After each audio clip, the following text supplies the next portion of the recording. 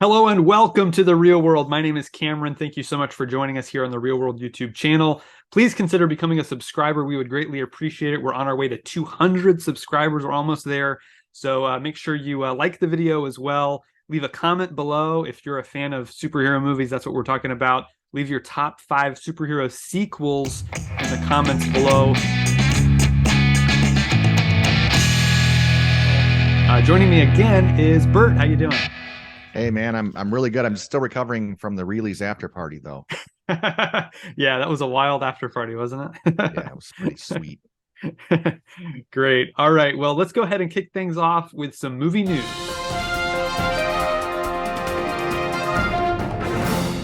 All right, well, we're going to jump right in as we usually do with some movie news. And there's quite a bit to catch up on. We took a week off for the Reelys, as Bert mentioned. That was our award show right here on our very own YouTube channel. So just wanted to talk a little bit about that. We had a great time doing that. Thank you again to all the presenters. They all did such a great job with their presentations, presenting each category. Everyone who had a hand in that, we greatly appreciate it. Of course, we dropped it on our channel the same night as the Oscars, which was fun. And so we wanted Almost to beat talk. them in ratings too. Oh Almost. yeah, I'm sure we did. Yeah, we had to be close. um, so we wanted to talk a little bit about the Oscars though, right? Because that's the big movie night. I tuned in and it was pretty entertaining. You know, I thought Jimmy Kimmel did an okay job hosting. Think that always helps when they have hosts. They've done it without hosts in the past, and I think it's kind of a little clunky, but he did a pretty good job. Of course, the big winner of the night was Everything Everywhere All at Once. They took home Best Picture, Director, Actress, Supporting Actor, Supporting Actress, Screenplay, and Editing. So 7 Oscars they won that night, which was pretty incredible. One of the big winners also was All Quiet on the Western Front. This film took home Best Foreign Film, Best Cinematography, Best Score, and Best Production Design. So a lot of big awards for that movie as well, which I was happy to see. Best Song went to RRR for their song Not To Not To, which was really cool to see. Really glad to see them win something. They should have been nominated for a lot more. They were nominated for a lot of Reelys, and they ended up winning Yep. bigger on our award show. But it was Right. good to see them at Right. least win that. Best Actor went to Brendan Fraser for his role in The Whale. That also won Best Makeup and Hairstyling. Then we had Best Sound, which went to Top Gun Maverick. Best Adapted Screenplay went to Women Talking, and Best Visual Effects to Avatar: The Way of Water. So those were some of the other big winners at that night. One of my favorites of the year, Guillermo del Toro's Pinocchio, did win the Best Animated Feature Award, which was really fun to see. And then there was some crossover with our award show, I noticed. They also gave Best Costume Design to Black Panther Wakanda Forever, which was kind of cool to see. So Interesting. I thought it was again a pretty good show. Bert, did you tune in? Do you have any thoughts on that? I actually a lot of it I watched on YouTube the next day. Okay, sure. But and personally I like I think we had more variety, you know. And Definitely. and of course no one got slapped last night, but no one got slapped during our show either. So we maintained Exactly. that high standard, you know, Yes. and our show's all about the people, the people's Yeah. voice. Right. Yeah. We had our subscribers vote. That was kind of how we picked our best movie of the year and a lot of the nominees. So yeah, definitely was a lot of fun putting that together and look forward to the 2024 reelies coming up next year. Right, right. All right, some other movie news here. A few sequels are getting the ball rolling, which is pretty fun to see. Some movies that I'm quite a big fan of. Bert, I know you're a big fan of several of these as well. The first one I'll talk about is Beetlejuice. The sequel to Oh. Beetlejuice, long in development. This has been being talked about for so long. I feel like every year we're like they're getting ready to shoot it now, and it never Yeah. happens. But supposedly they have set a production start date for May of this year, so that's coming up in only 2 months. And Tim Burton is supposedly back. They've Oh. got Michael Keaton signed on Oh, they as do. well, Oh, wow. and Okay. Jenny Ortega, who's Oh, yeah. playing Wednesday in this new Wednesday Netflix Hmm. series. She is set to play Lydia's daughter, so the Mm. daughter of the character played by Winona Ryder in the original. Uh-huh. So that's all we know Okay. so far, but it looks Yeah. like this actually might happen, which is kind of Okay. exciting. Good. Yeah. Yeah. Be great to see him do some Michael Keaton do some mainstream comedy again. We Right. haven't gotten a lot of that in the last couple decades, Yeah, really. I mean, when you think about it, it's true. Yeah, he's done a lot more dramatic work recently, which is independent different, but films and yeah, right, right, sure. So yeah, I'm excited about that. I'm a big Beetlejuice fan. It's one I watch every year around, Halloween time. So pretty excited to see what they end up coming up with. Hopefully me it's too. a worthy sequel, which Right, unfortunately we'll talk about sequels today.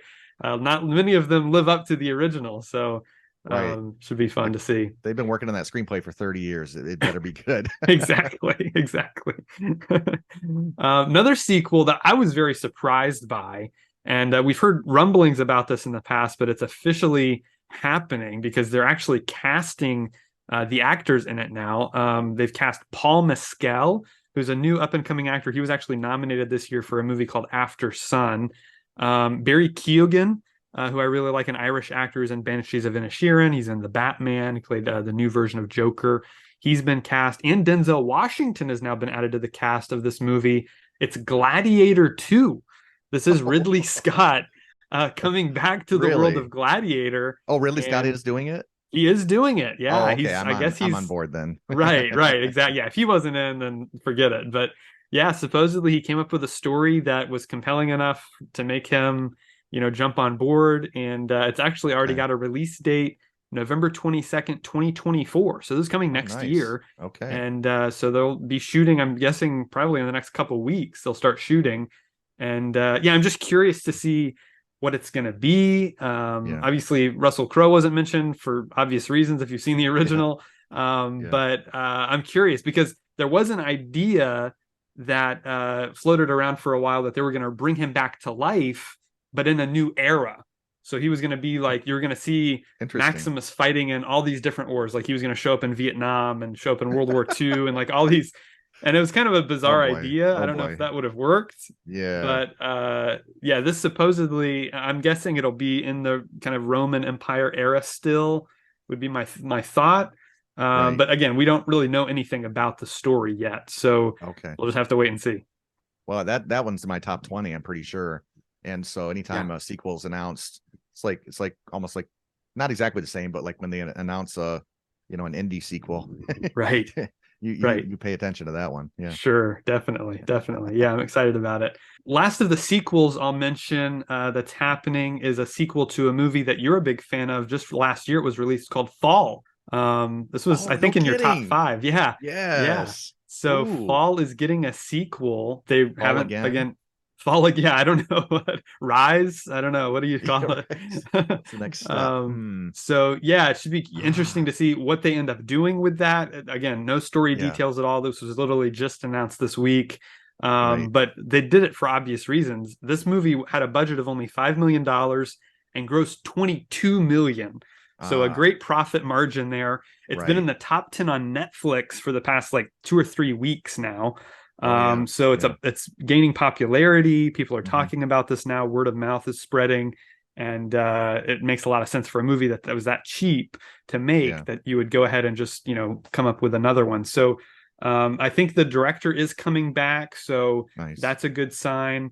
It's just yeah, what's it going to be? I mean, is it going to be another tower they're on, a mountain, or they're going to do something under the Yeah. water? Maybe go an opposite direction. I don't know what they could do, but I'm curious to see what it ends up being. Yeah, it's not a brand new concept. There's been other films where people are sort of stranded or trapped up high in places. Right.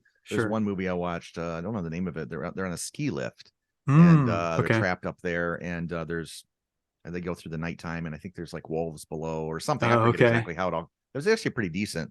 Yeah. But I like those kind of things. I thought Sure. Paul executed it really, really well. Yeah. So yeah, we'll see. Maybe they're like you said, maybe they're trapped on a roller coaster or something.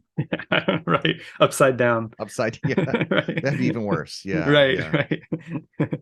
So yeah, that should be interesting. We'll have to wait and see if we get more news on that soon. Moving on, a new movie that has set a release date that's actually been in development for a while. I hadn't really heard about this, although it's got a lot of people involved that I like. One of them being Robert Rodriguez, who I'm a big fan of.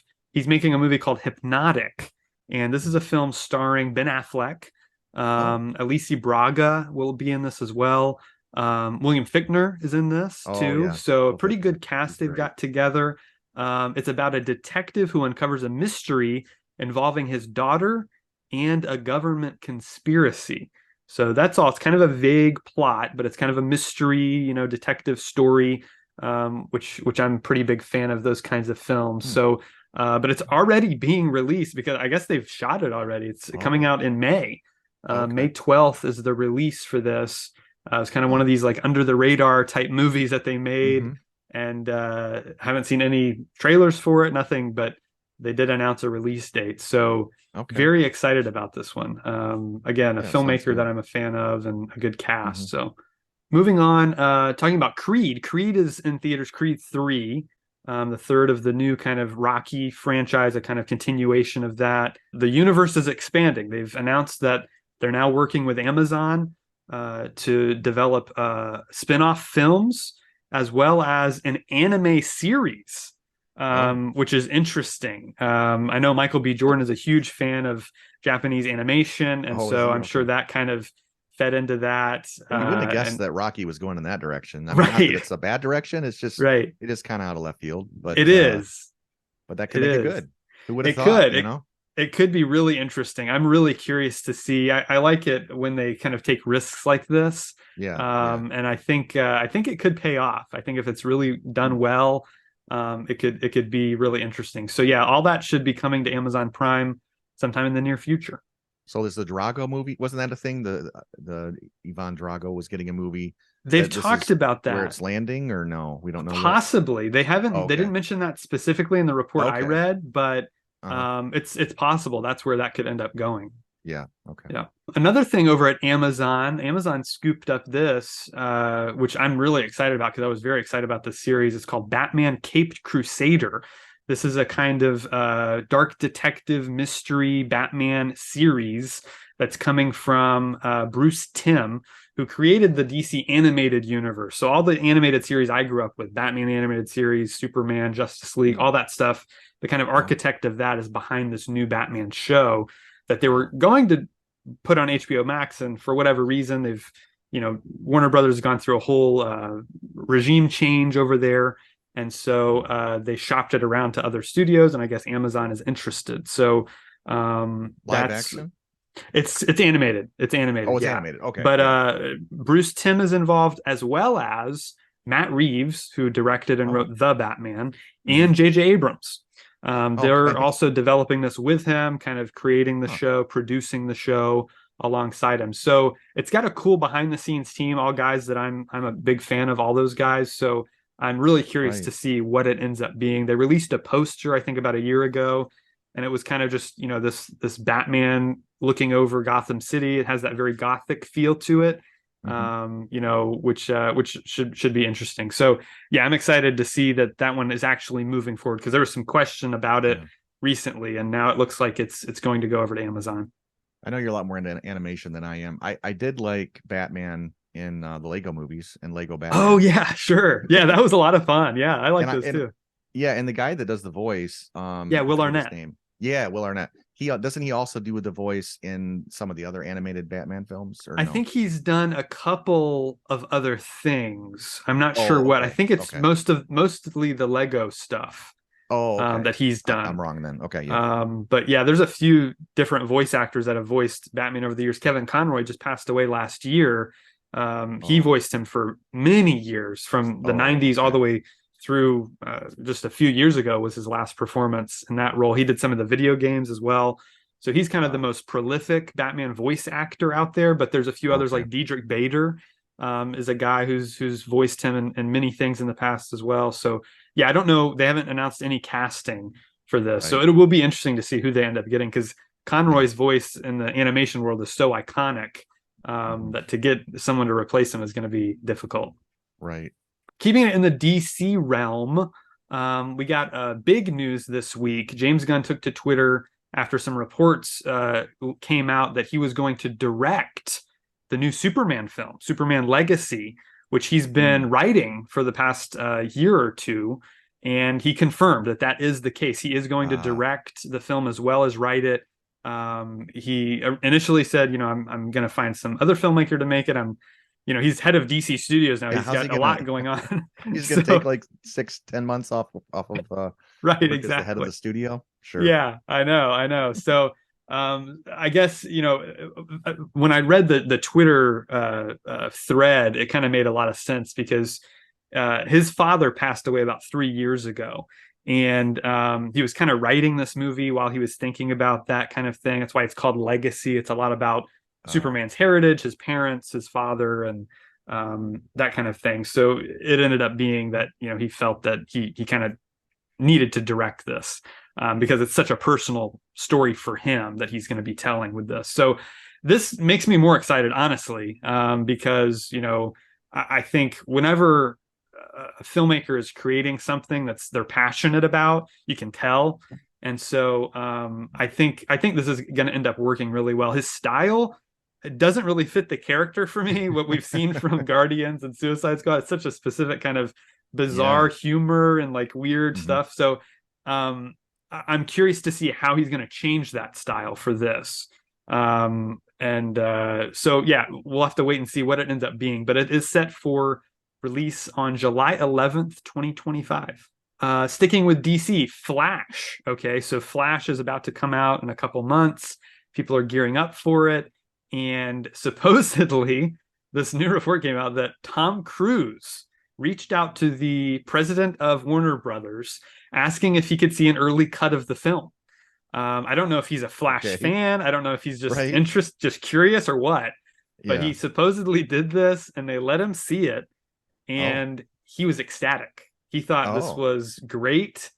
He actually contacted the director in order to tell him how great he thought it was. So this is really interesting. This is rare that you hear about this kind of thing where, an actor asks to see someone else's work. And I don't know if it's all a Right. big like publicity stunt or what's Right. going on, but Right. um, it was interesting to see that reported across the trades this past week. That yeah, Cruz supposedly has seen Flash and thinks it's great. So it's again one of those things that's going to just keep building hype for this movie as it's drawing closer and closer. You read more online about the stuff, but given the troubled history of that film already, and I don't have a problem with it. I can't wait to see it. Sure. But do you think that the studio further feels they need to repair things, or is everybody kind of forgotten about that I think that as has of now? something to do with it because there are Mm, some people online that are still like, oh, I'm not going to see this because of all the, whatever. really? Okay. Yeah, there's a small contingency, a small Hmm. group of people that are saying that. But yeah, I kind of do feel like they have a lot riding on the Flash, first of all. This is kind of the Yeah. big reset of the DC universe, Right. and Right. they've spent a lot of money on this movie. I Yeah. mean, They need this it to is be a success, pretty much. yes, they Yeah. need it to be a hit. So I feel like they're kind of trying to do. They'll probably show the movie to any big actor that will give it praise, right? You And should that's email them. Now's your chance. there we go. That's what we should do. That's what we should do. Is get to see it early. So yeah, we'll have to wait and see if Cruise's his approximation of the film matches ours or not in June Right. when we see it. But yeah, I'm curious. That was just a curious story that I thought was Very really interesting. interesting. Yeah. Couple other things here.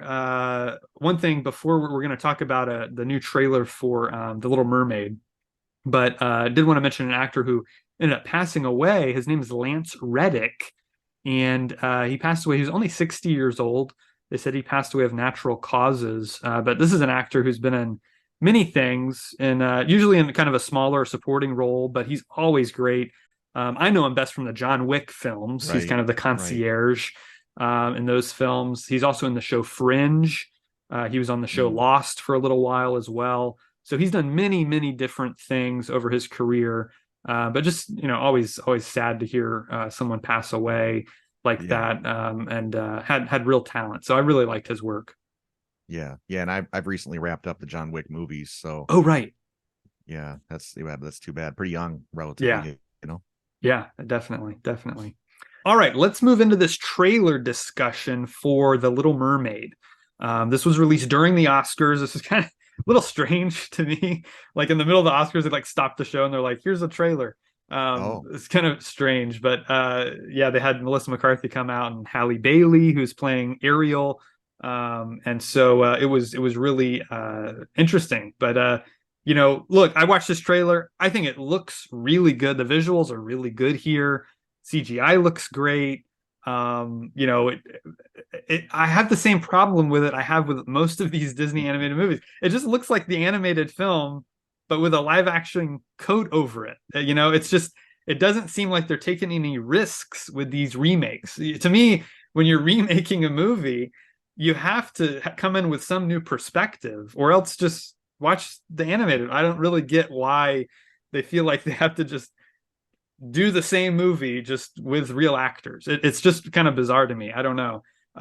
So that's kind of my thought on it. Again, I haven't seen the movie yet. The movie may end up being great and, you know, different, and it might have changed several things. But just from the trailer, it's like, okay, there's the part where she's on the rock and, you know, the wave Mm. comes out. I mean, it's like literally some shot for shot remake, Ah, which I just feel is a little strange. I don't know. I've always just found it a little strange that they did this, but there's a few remakes that they've done that I really enjoyed, but I don't know. She looks great in the role. You know, Melissa McCarthy looks great as Ursula. I think that's a good casting choice. Like a lot of the casting decisions are good, and the visual style I like, you know, and all that stuff. But yeah, that's kind of my thought on it. What was your thought on this trailer?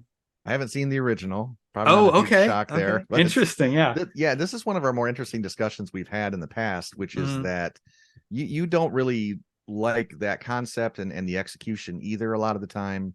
And then I come in and I watch these films, the live action. Never, I have no reference point for the old ones. Right. And so then I just judge it based on what it is. And surprisingly, I actually like some of them, like The Lion King, I like quite a lot. Sure. And that's probably kind of maddening for people that are that are fans of the original and think that some of these movies are trash, I guess. But Right. it's just interesting how that works out because Yeah. well, not like with Little Mermaid. I mean, I've probably seen a couple scenes of it, Yeah. but just been somewhere where it was on or something. But yeah, I have Sure. no knowledge of it. So yeah, it looks good. I mean, it's definitely something I'd have my daughter watch. Right. For instance, I wanted to ask you a question about the film itself, Yeah. which I don't think it'll spoil anything for me, but I kind of picked up from the trailer.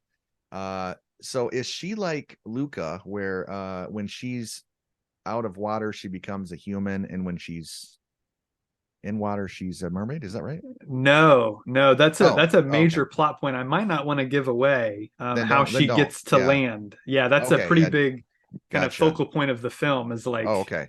the Yeah. Yeah. transition and how and why it Ah, happens. okay. Okay. Yeah. We can leave it Yeah. at that then. Yeah. I Okay, just cool. wasn't, I've seen Luca a few times. We Yeah, like I that like one. Luca. Yeah. Luca's Yeah, good. yeah, okay.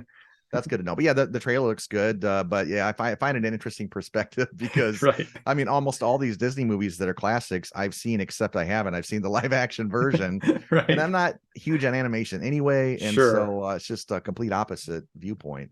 You know, Right, right. Yeah, that's interesting. Well, we'll have to go see it in theaters and do a big review of maybe some of these, you know, maybe rank our favorite live action remakes. That sure, might be a fun podcast. So, right, last thing before we move into our main topic, I wanted to do a physical media report. I wanted to start doing this on the podcast because obviously I'm a huge physical media fan. As you can see behind me, 3 bookcases full of films, over 1,000 now in my collection. So I'm always looking ahead to what's coming out, what's coming to, you know, 4K is the new big format that I'm hmm, started collecting, and so wanted to look ahead and see it, look at some movies that have just come out recently on the format, some that are coming soon. Just this week, one of my favorite all-time animated movies, The Prince of Egypt, debuted on the 4K format. So, really curious to see how that looks. Haven't picked it up yet, but I plan on it.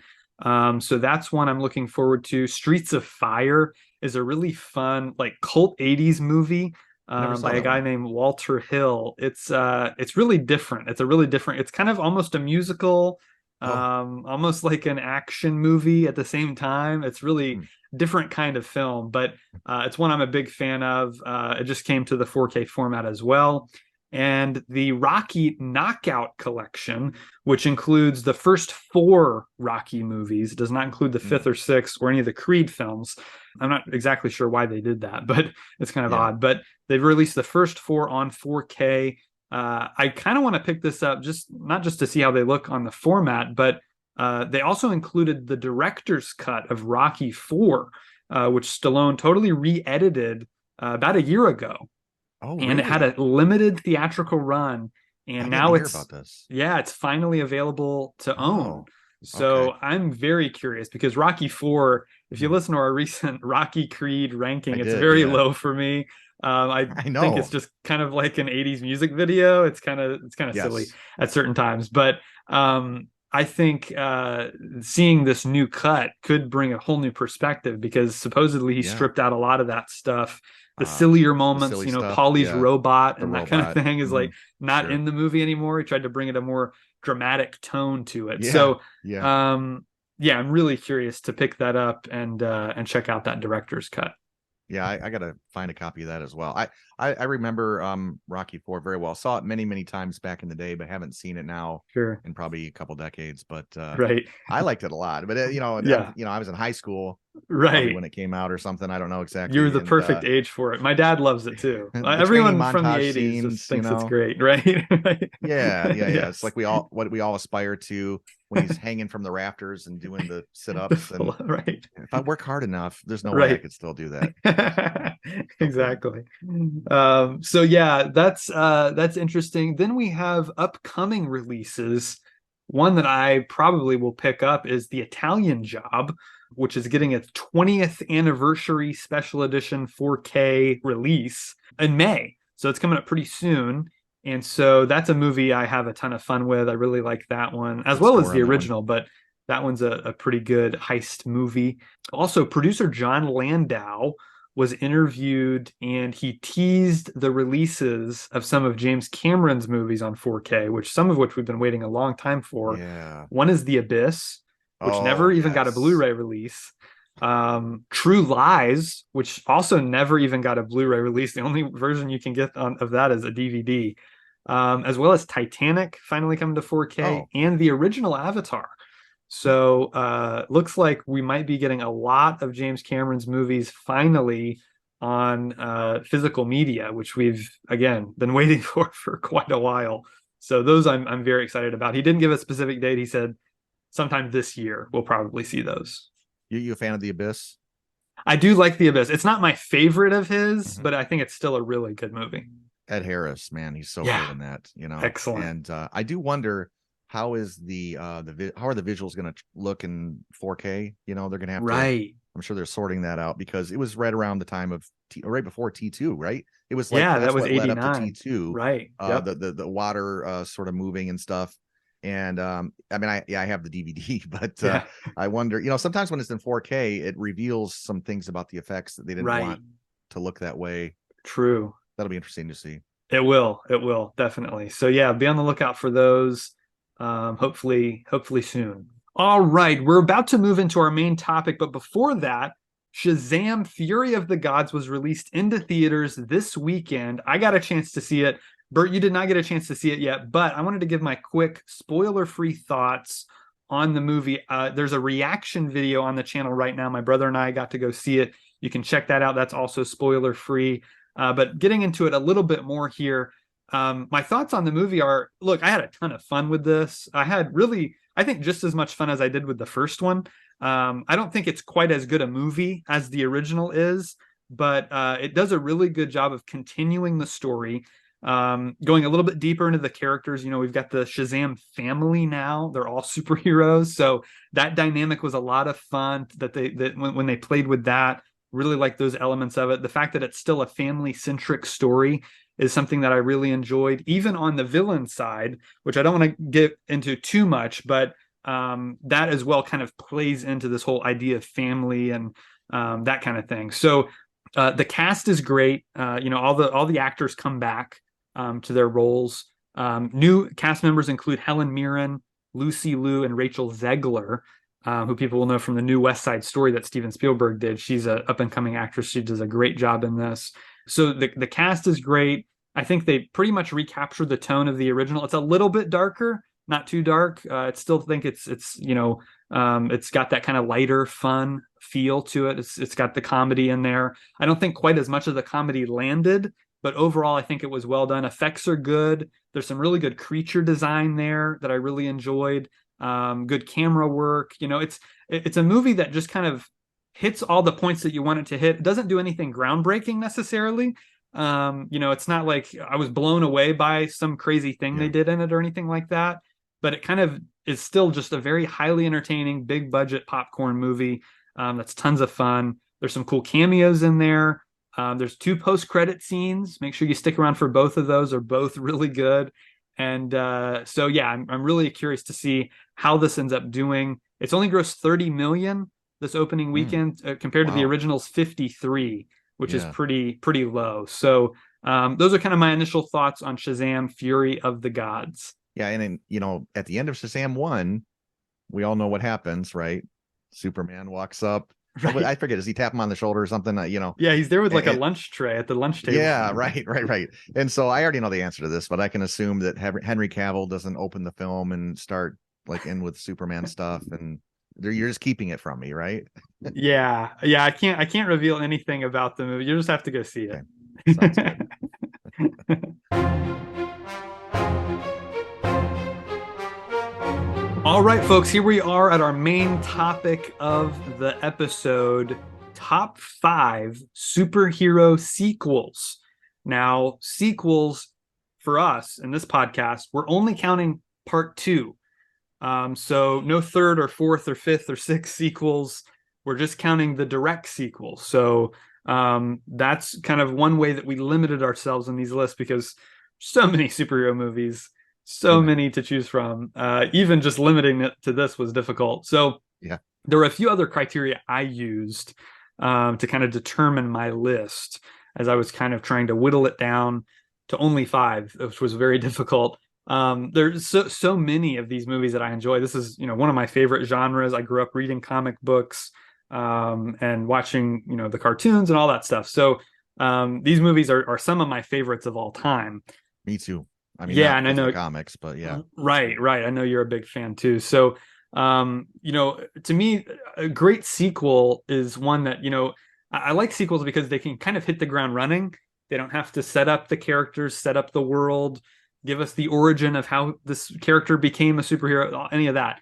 That's all done with in the first movie. So the second movie, you can just jump right into the action. You can get deeper into the characters and who they are and that kind of thing. So, that's what I like about them. I like that the second film, especially if you're doing a trilogy, usually that's where you're really challenging your hero in big ways and, where they're really growing as characters. So typically, sometimes the second part can be the best. And I think, our list will probably reflect that. The budget is usually bigger.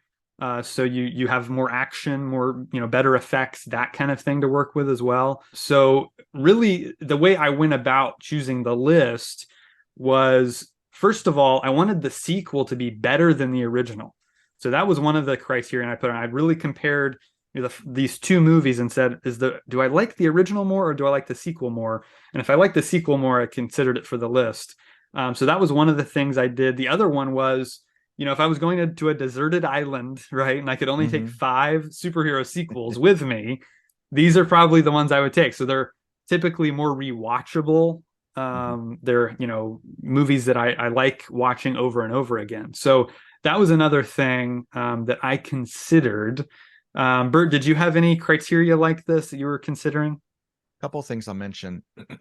I actually decided to go with the sequels that were my favorite direct sequels, and I disregarded whether it was better than the first. I Okay, thought about going that direction, right. but I wanted to sort of highlight these 5 just because they're way up on my list as far as favorite films of all time. So I Gotcha. went a little different direction, Okay. and I'll probably comment on that a little bit as we go through the films. But Yeah. and then I wanted to say too, yeah, you mentioned like the origin stories and that kind of thing. I actually tend to like the films that have the origin story more.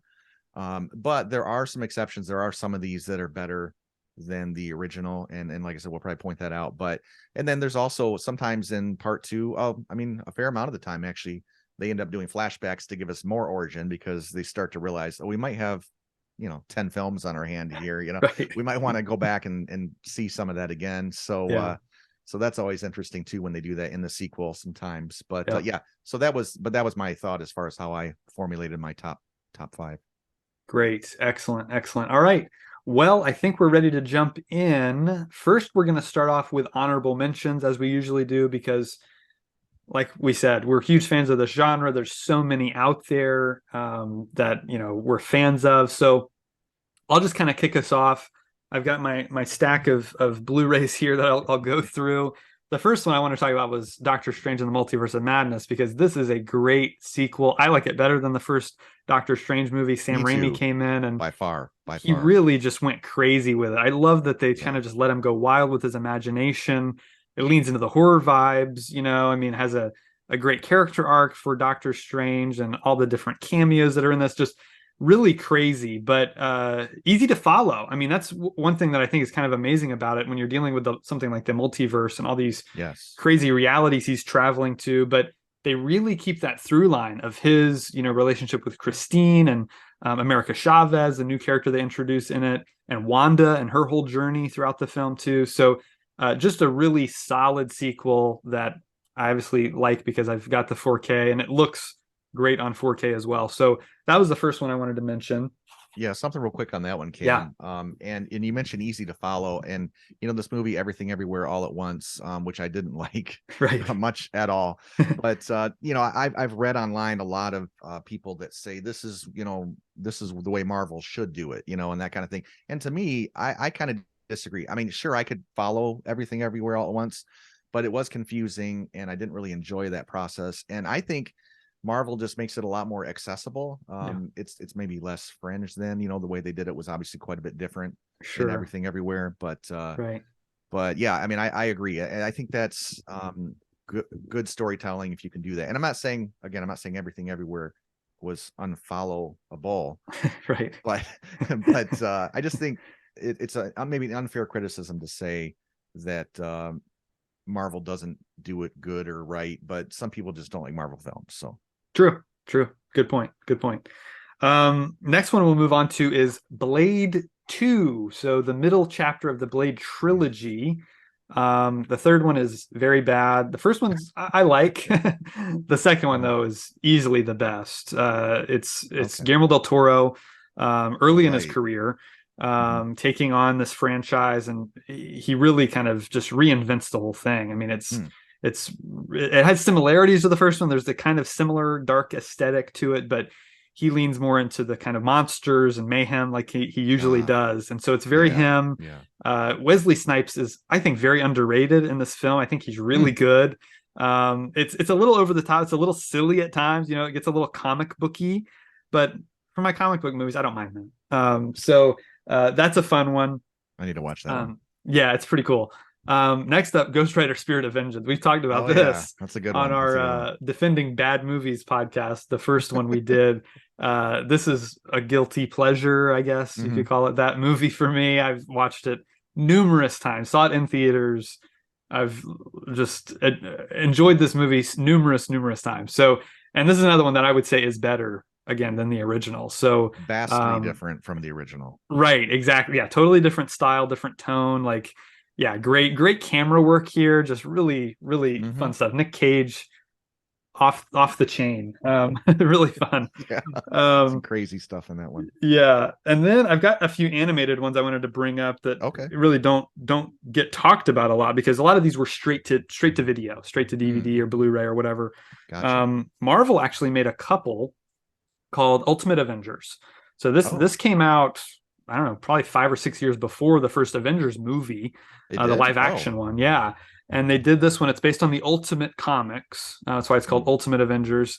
And the first one's good. I do slightly prefer the second one, though, because the team's all together already at the beginning of the movie. They have to face this new threat. They introduce Black Panther in the second one, so he's a character in there. But just really fun movie, great animation, really good voice acting.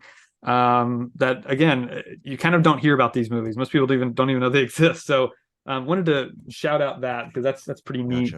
Gotcha. DC is known for their animation, so a lot of people know about these DC animated films that have been coming straight to video for many years. I think they started back in like 2007 with their direct to video line, and a lot of them are based on comic book storylines that they had just adapt into animation. And one of them is Justice League Doom.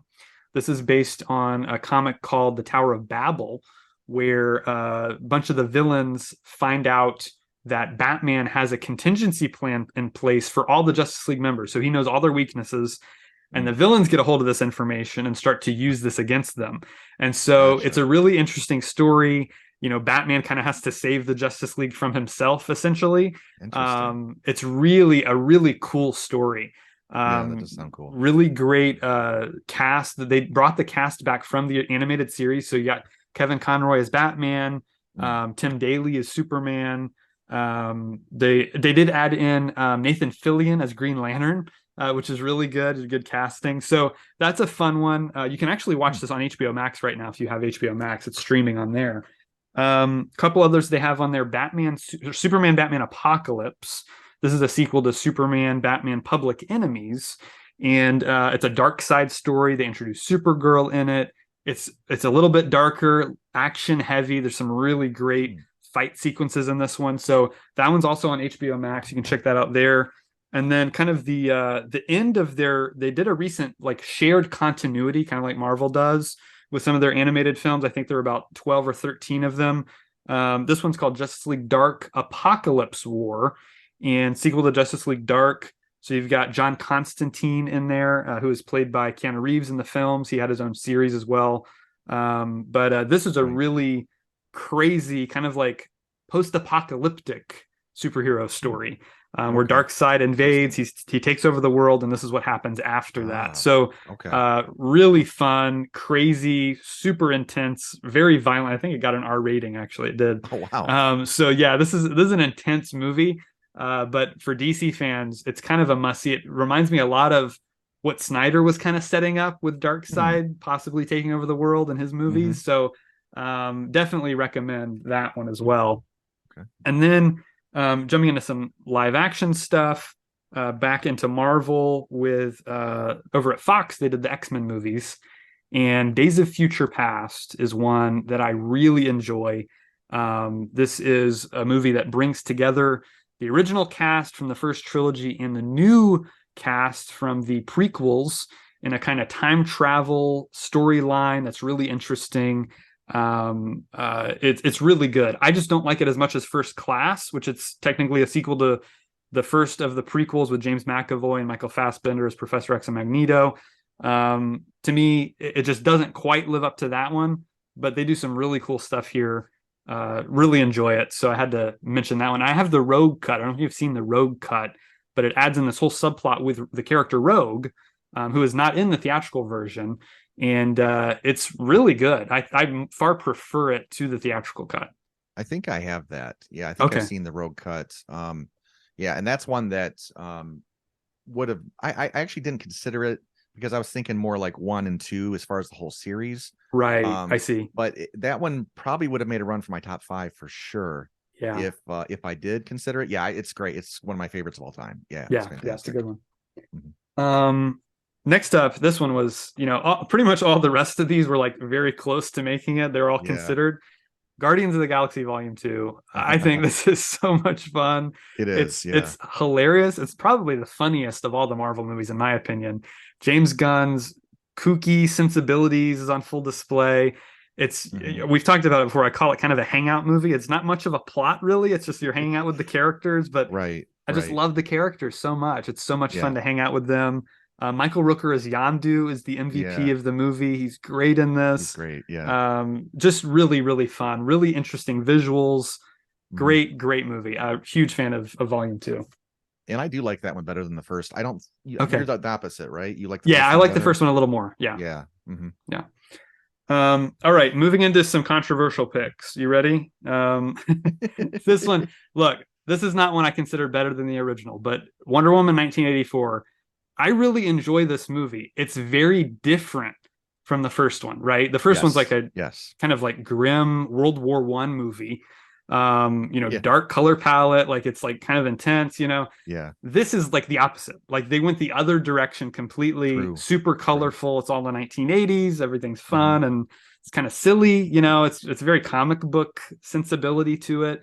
It kind of Right. harkens back to the Richard Donner Superman movies a little bit, and it's kind of like Gotcha.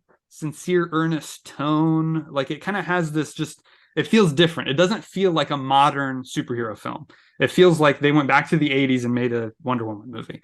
And I Gotcha. totally get why people don't enjoy it because it's pretty jarring to go from the first Wonder Woman to this. But I kind of appreciate that. I like it when people take big risks. And look, Mhm. this it has a lot of script problems. It has story issues. It's too long, there's too much going on. But I really like the performances. First of all, I Mm. think I think Gal Gadot is great again as Wonder Woman. Chris Pine as Steve Trevor, even Pedro Pascal, who a lot of people think he's going too far over the top. I think he's playing his character really well in that movie. Even Kristen Wiig as Cheetah, who a lot of people didn't care for. I liked her in that part, but again, I get why it's kind of shunned by many as not being as great because it's just so radically different in tone and visuals and stuff. Like everything about it is very different from that first one. But I kind of like having both options. Like I can have my grim, gritty Wonder Woman, and I can have my kind of fun, silly Wonder Woman. So that's why I have it. And the 4K, I've got to say, does look awesome. I bet. So that's You that's my know, thoughts on that. a little perspective on this too. When that Yeah, movie came out, it was during COVID. true. I looked, Yeah, I think they put it off a couple times. I can't remember, but I they was did. They so delayed it. looking Yeah. forward to this film. I Mm. mean, the first one is just one of my favorite movies of all time. It's Oh just yeah, from great. start to finish, fantastic. Sure. And so the problem is my expectations were so high, Yeah. and then some of those plot issues and Hmm. choices Yeah. started to get on my nerves, and I really ended up kind of hating the film. Right. Maybe a little bit unfairly, but just Yeah. as I think back, like I really don't ever want to see it again, Right. frankly, because I was so mad that what they chose to make the plot about. The way they Right. brought in Chris Pine, it was just Mm. kind of it just made no sense at all. Like the Right. usual things you've probably heard from other people, I'm guessing. Sure. Sure. But yeah, and so for me, yeah, I just probably couldn't even watch it again unless I really had to. Right. Right. I hear you. I hear you. Yeah. To me, it again, style and tone different. I still think it has some good action sequences. Really, the thing that I like the most about it is the story, like the core idea of the story, the theme, I guess you could say, which is all about truth, and letting truth have its day. And it also deals with grief and loss and certain kind of aspects of it. So Yeah. ultimately, I like all those ideas. Mhm. There's some clutter in there that kind of gets in the way of it a little bit, and that's kind of similar to my next pick, another controversial one, The Amazing Spider-Man 2, Oh no, I've never which seen this though. I've never seen oh, you it, haven't? but Oh, the first one was interesting. so bad that Okay. I just never even went there. Okay, interesting. Okay, gotcha. Yeah. So I like both of them. I actually like the first one quite a bit. Do you? Okay. This one, I think, again, it has those kind of plot issues. It kind of runs into the problem that Spider-Man 3 ran into, which is too many villains, too much Yeah. going Yeah. on. It's just like, Right. Right. I don't know why they didn't learn their lesson and say, hey, Even let's No Way maybe Home a little bit has that a little bit. exactly, A little bit. Yeah. exactly right. And so Yeah. I don't know why they keep running into this issue. You think they learn, hey, maybe we should just do one villain. Because the Right. Spider-Man movies with one villain are the best ones. Well, and we're So gonna show up for that, so that's why I don't get yeah, throwing everything at it. We want to see like the simple like Spider-Man 1, yes, Homecoming. Like right, I mean, they may not be everybody's all-time favorite. I think they're really sure, great, but yeah, we're gonna be there either way. So right, yeah, throwing too much at it, and not just for that movie, but a lot of them, that could be an yeah. issue. Yeah, I totally agree. So yeah, I'm not sure why they did that, but the heart of the story, again, getting to the core idea is great. It deals with Mm, time, how we can't stop time. Time is change. It deals again with grief and loss. The relationship between Peter and Gwen is at the heart of the whole film. And Andrew Garfield and Emma Stone, I think, are fantastic together. I think their chemistry is off the charts good. really? I Okay. would call it one of the best romances in all of comic book movies, honestly. I Oh, think it's okay. just I Wow. really buy into their relationship. Every scene they have together is great.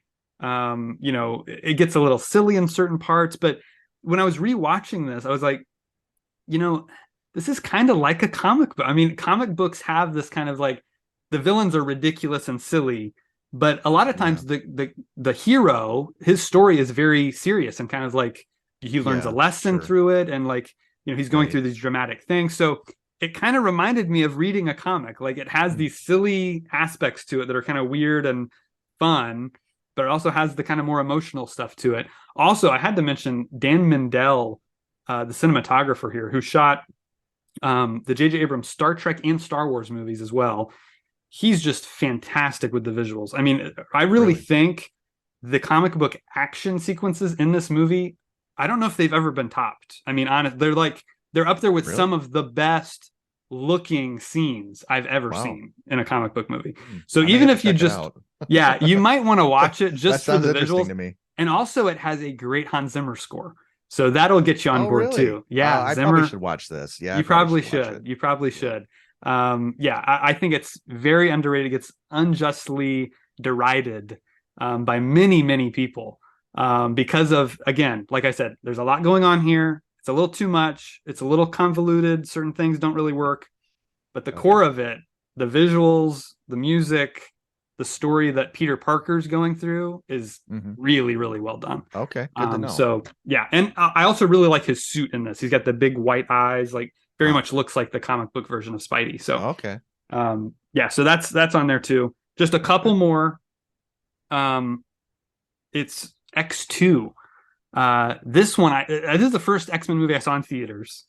Um, Yeah. I just was blown away. I was like 11 or Yeah. 12 when this came out. It was just the greatest thing ever. When I was younger, and I think it holds up pretty well. Actually, I think the story of this movie is great. Wolverine's at the center of it. We kind of get his Hmm. origin story. We get Brian Cox's William Stryker, who's a great villain. Yeah. Um, Great you know, actor. Ian McKellen's back, Patrick Stewart's back. It's just really great. The opening scene in the White House with Nightcrawler, that's still an all-time great comic book Amazing. movie action Yeah. scene. It's Yeah. What an awesome. opener. Yeah. Yeah, yeah, definitely. So I had to mention that one because I'm a big X-Men fan in general, and this is up there with the best of the best X-Men movies for me.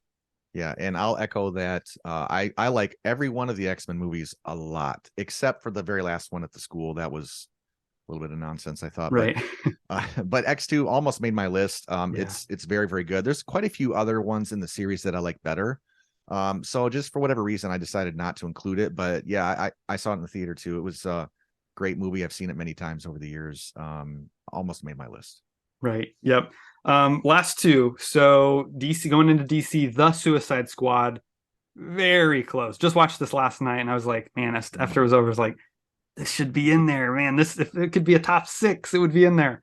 James really? Gunn just goes crazy with this movie. He takes it to another level. Maybe took some things a little too far. It's very gory. Yeah. It's kind of silly gory almost, like where it's you kind of laugh at it. It's so silly, it's so bloody and gross. This is the kind of like superhero comedy that I like. Mm, It's not very referential like some of them are. It's just all character based. yeah. I really like the relationships with the characters. It's got some really great visuals in it. I think some of the action scenes are great. CGI is pretty much seamless. There's a character, King Shark, here, played by Sylvester Stallone, does the voice, Oh, right. and Yeah. Yeah. he's pretty much seamless. I mean, every scene he's in, you just buy him as a real character. Good So casting there. yeah, yeah, definitely. So, all in all, I just really have fun with this movie. I think it tells a good story about kind of, the kind of this. It's kind of like Guardians in the way. It's like this makeshift family they kind of form throughout the movie, Right. and they don't really like each other at first, but they end up, liking each other. So yeah, just great, great fun. Kind of comic book silliness, but with a heart to it, at the core. So yeah, that's one that I have a blast with.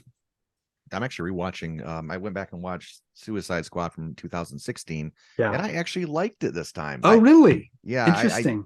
right, and I'll tell you, there's a lot I don't like about it, Yeah. but I like Jared Leto so much Me in that too. role Me that too. I mean, I think I gave it 3 stars. So I didn't love it, Right. but sometimes there's things you don't like, and actually this will come up in one of my picks later. Mm. There's some things you really don't like at all, Mm. but the rest of the movie has some things going for it that are so good Yeah. that it propels it high enough. Well, that Anyway, oh, sorry, go ahead. no, that was another situation where the studio re-edited the movie from the director wanted it to be Oh, a is there certain a way. director's cut of Uh, it? David Ayer, yeah, who directed Suicide Squad 2016. He's taken to Twitter now and said, I'd like to release my version now that Oh, Zack so he Snyder hasn't got his released it version. yet. Yeah. Right. Yeah, they still haven't released it. Hopefully James Gunn Oh. does. Uh-huh. That's kind Uh-huh. of what a lot of people are hoping now that there's a new head over at DC, that he'll get his cut Hmm. of the movie out there. But yeah, they Yeah. actually gave the movie to a company that cuts trailers together. and had them edit the entire film. So That that's why doesn't it has that surprise kind me, I of guess. Yeah. has that music video feel to it at times. It's Yeah, like, that what are we doing? It's a little right. strange, but yeah, hopefully we get to see his version because there was more Joker in it in his original cut. Oh yeah. Okay. And Okay. there was things that were going to tie it in with Zack Snyder's films and Hmm. all that. So yeah, it's Suicide Squad is one that when I initially saw it, I thought it was okay. On rewatch, I didn't care for it. I cared for it Ah, even less. But okay. like you said, there's a lot of such great stuff in it, like the casting, like The some of look the of action it. sequences, some of the visuals are great. Yeah, yeah. But just the editing and I think the soundtrack choices are what kind of threw it off for me. Right. Yeah. And I feel like Jared Leto, it's almost like a follow-up to Heath Ledger's Joker, Right. but a little twist on it. And I think he just Yeah, absolutely nails it. It's he so does. creepy Yeah, and it's just perfect. I Yeah. agree. And I haven't seen Birds of Prey, but we're getting to the Mm, one you just held up, the yeah. newer is it called The Suicide The Squad? Suicide Squad. Yeah. And yeah, I probably was like at 2.5 the first time I watched it, but I am Okay. gonna watch it again. Okay. But yeah, the first time I thought it was so, but Gotcha. Gotcha. Yeah, Birds of Prey is worth a watch too. I okay, would say. I okay. would say. I like Margot Robbie in that role a Yeah, lot as Harley. She's it's great. fun. All Right. right, my last honorable mention, the sequel to one of my favorite films of all time, Superman 2. Superman 2 is really great. It's a great sequel.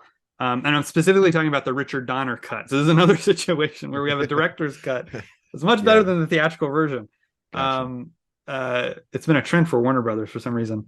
But they finally let him not until 2006. So this movie came out in 1980, right? 1980 it came out. Then, decades later, 2006, he gets to make his director's cut, which he didn't. It's not really his director's. He didn't get to shoot everything he wanted to shoot, so he had to use some of the other guys' footage to put in there, but he kind of reworked it to make it as close as it could be to what he originally Gotcha. envisioned. And it's definitely worth a watch. I listened to the commentary on it. It's with Donner and one of the creative consultants on the movie, and it's just really fun. It's kind of got everything that a good superhero sequel has. It's kind of the basis, just like the original Superman is the basis for every superhero origin story, kind of more or Yeah, less. The sequel is much the same way. It's kind of like, okay, let's give him a bigger villain that's more powerful. So General Zod is the villain. And it's not just General Zod, it's actually two other Kryptonians and General Zod. So Superman's having to face off against three other Supermen, essentially. And it's got, yeah. the story of him and Lois is furthered, their romantic relationship evolves further.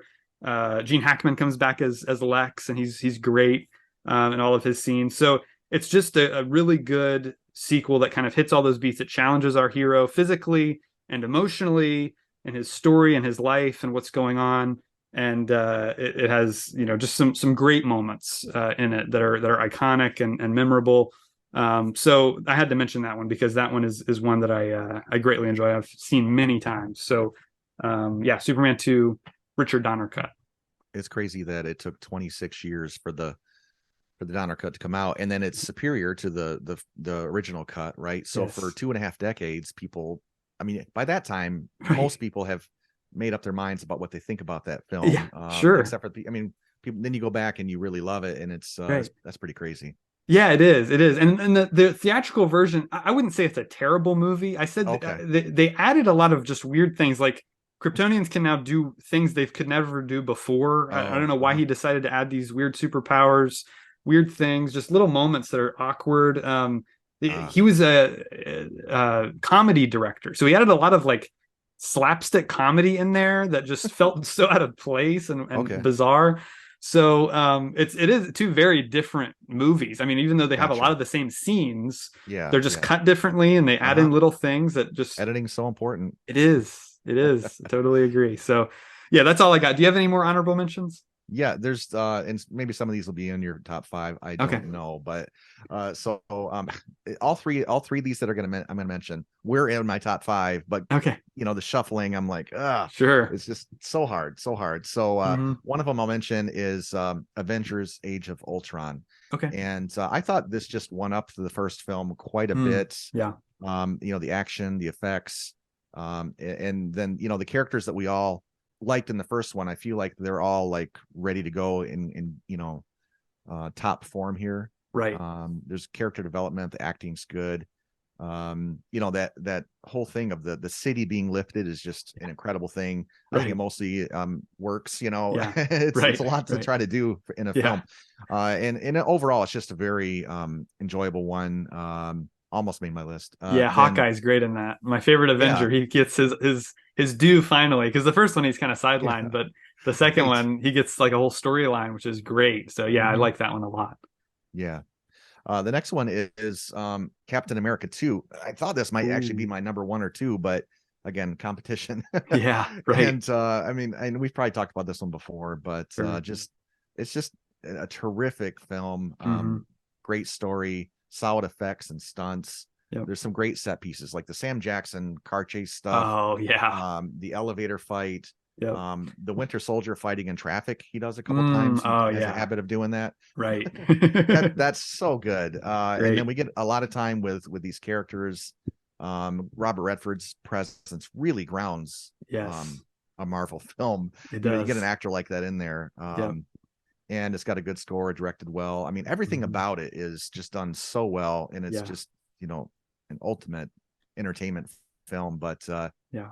yeah. So then, anything you want to add about that one or Yeah, not great, really? great film. I've Yeah, definitely considered for my list as well. It yeah, ultimately came yeah. down to I prefer the original. You know, I'm a bigger fan of that Gotcha. kind of World Yeah. War II pulpy Okay. thing. So Mm-hmm. it didn't quite make it, but it was definitely considered. Rewatched it. It totally held up. Everything about it. Great Yeah. story, great characters. It's a very focused movie for how many characters are there. Mm-hmm. It's very much about Cap and Bucky, and Yeah. really, I think it's Black Widow's best film. Scarlett Johansson does great in it. Yeah. I Yeah. think it's all her best work. Great introduction to Falcon. All that Right. stuff is just Mm-hmm. great, great, Yeah. really well done. So yeah, it was considered. It was almost there for me too. Okay. My last honorable mention is Spider-Man 2, the Tobey Oh yeah, Maguire one, obviously. It's really more of a less of an action film, I feel like. There are a couple action scenes, of course, sure. but it's really about it's a love story, and it's about sacrifice, and how he has to pay this ultimate price of potentially just being lonely and Mhm. broke Yeah, as right. Spider-Man, you know. And it's and you know, Alfred Molina is really good as Doc Ock. Some Mm, of the things that Doc Ock does is a little bit, you know, questionable, but the CGI was done really well. He's no Willem Dafoe though, you know, he's not on that level. So I actually like this less than the original in this case. okay. And but yeah, just the theme of selfless love really, you know, Yeah. resonates, and it's, you know, shot by a master. So Yep. that one almost made my list. So good. Yep. Great one. Great one. Might be talking about it later. Okay. Alrighty, here we are, our top five superhero sequels. This is the official list. My number five is Batman Returns. Okay, so Batman Returns, this was released 1992, same year I was born. So I have a connection with it on that level. It stars Michael Keaton back as Batman, the role that he originated in 1989. It also stars Danny DeVito as Penguin and Michelle Pfeiffer as Catwoman. So these are, I feel like, the most iconic versions of these characters that maybe we've ever gotten on screen, because they're so specific, right? It's like Burton just went all out. His imagination is just on full display in this movie. I feel like more Sure. than maybe in almost any of his other movies. And it's a DC movie. That's what's crazy about it. Is he really got to adapt the characters for his version of this world, right? Hmm. He puts the goth in Gotham City, right? So he's like, it goes full crazy. He goes all out with the production design. The sets are just fantastic. The costumes are wonderful. Makeup, I mean, every element of this movie I feel like is just so him. You can spot it a mile away. As soon as you turn the movie on, you can tell who made this. It's, the performances, like I said, they're just so iconic. Like everyone, when you think of Penguin, I feel like most people think of him. Sure. When you Yeah. think of True. Catwoman, most people definitely think of Michelle Pfeiffer. So I just feel like they've over time they've held up. This is a movie. I've got the 4K. It looks great. It was all shot Right. on film, so it has that very filmic quality, very great color. You know, the resolutions on it is wonderful. It's got all these things going for it. Keaton, I feel like, uh, goes a step further than he went in the first Batman. I think this one it's a more a little bit more of a reserved performance, but Yeah. it's got that nuance to it that the first one I feel like doesn't have. It's Mm. got a little bit more layer to him and the way he plays Bruce Wayne and the way he interacts with Catwoman and these other characters. So I think he's better here. I think his chemistry with Michelle Pfeiffer is great. All their scenes together just really, really work. Very much into vengeance herself, much like Batman. So they're kind of two sides of the same coin in many ways. As is Penguin. You know, Penguin we see in the beginning of the movie comes from a wealthy family, and but he was abandoned when he was a child. So it's kind of like, you know, again, I like it when villains kind of have aspects of the hero to them, but they're Yes. slightly different. You know, I think Hmm. that works really well. We get a lot of cool tech in this movie. His bat gadgets are even better. The grappling hooks, the batarangs, the bat boat we get here for the first time, which is fun to see. Um, so all that stuff adds up really well. I think Danny Elfman's score is even better. He gives all the characters great themes. You know, it can be the music can be tragic at times. It can be very kind of moving, but it also can be very big and bombastic and fun. So it's kind of got all the elements to it. It is a darker sequel. A lot of sequels do this. They go darker. You know, they call it the Empire Strikes Back of whatever franchise it is because it kind of Yeah. goes darker. It gets deeper, and this one definitely does that as well. But yeah, it's just one of the most fun, kind of unique entries in the genre for me. It's one that again I've rewatched many times, and I always have a great time watching it. So yeah, those are kind of my thoughts on Batman Returns. That's what made my number five. I saw that in the theater when it came Oh out, and I left a little disappointed. And yeah, I've seen it maybe one time since, long time okay, ago.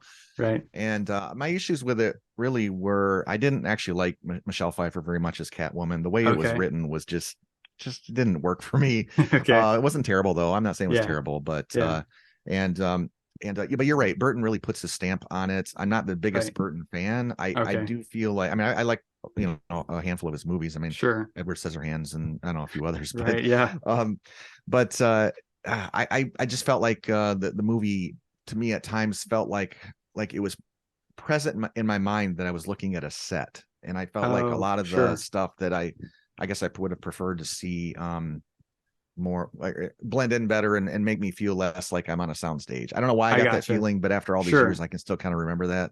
yeah, But it looked, I mean, there's so much effort he put into it. The costumes, you can't get better casting than Danny DeVito as Penguin. He was born right, to play that part, right? yeah, I wanted a little more out of Michael Keaton as Batman. Also, I okay, just felt yeah, like it is a little more subdued performance, but I just right, was looking for him to be more of that get in your face, like where are the drugs, kind of right, Batman, I sure, guess. I hear So you, I didn't hate it, but yeah, if I went back and watched it currently, I might have better memories of it. I don't really know, but that's kind of my right. thoughts about it after all this time. Gotcha. Yeah. No, that's what's cool about Batman. He can be so many different things, and we've got so many Right. different Batman Yep. movies. Yeah, we Everything do from now. Adam Yeah. West to, you know, Ben Affleck. I Right. mean, there's so many different ways to Yeah. interpret the character that it's cool that we have so many different ones to choose from. And yeah, True. not everyone's cup of tea is Burton's and Keaton's take, but you know, I'm curious to see the third of the iteration with the Flash, which I consider Batman 3. So. Michael Ah, Keaton back for the third time, finally. right. Yeah, finally. Yeah, that's gonna Right, be hopefully there's not too much shoved into that movie, right? right, exactly, Yeah. exactly. So yeah, that's my number five. Bert, what do you got at your number five? At five, I've got Deadpool 2. Oh, okay, okay, Yeah. all right. And this did take everything that Deadpool 1 did, and in my opinion, it made it even better. Such a compelling villain. Cable is just amazing, I mean, I guess I don't know if he's the main villain, but he's he's just amazing here, Sure, what it turns into, and that. And right, I just think the story is really good. Deadpool in both films, but I think especially in this one, I guess, just somehow makes me laugh hysterically throughout, and yet makes me really care about Wade Wilson. Like they're so extreme, and I feel like this film does as good as any other superhero film of being so over the top silly and yet having a heart, somehow making that work so well. yeah, And so that scores big points for me. Mhm. This film I think is underappreciated for the martial arts that take place in it. I mean, it's just insane. Like for instance, that sumo spa scene near the beginning is Right. just amazing. With the technique and the thrilling martial arts that are on display, and the Yeah. camera angles, like in that one scene, but many other scenes are just out of this world. Like, Yeah. who's the director of it again? This is David Leitch. Oh, Yeah, who okay. I he's been a stunt guy in Hollywood for a long Oh, time. well, that makes sense. That makes Yeah, sense. right, right. He and Yeah, Chad because Stahelski, who does the John Wick films, they work together a lot on The oh, Matrix, and okay, so yeah, he's been in Hollywood for a while, but yeah, he just broke into directing fairly recently. He's done several films, okay. including the recent movie Bullet Train, which was a lot of Oh, fun. So yeah, so yeah, he's a director on that.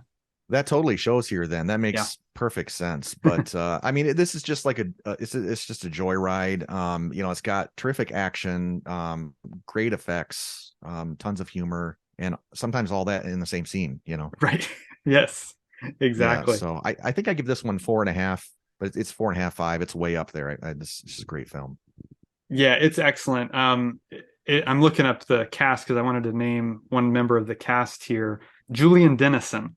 He plays the young mutant that Yeah, he's good too. he's Deadpool's protecting. He's excellent. He's great in Hunt for the Wilder People, with which Oh, was directed by Taika Waititi.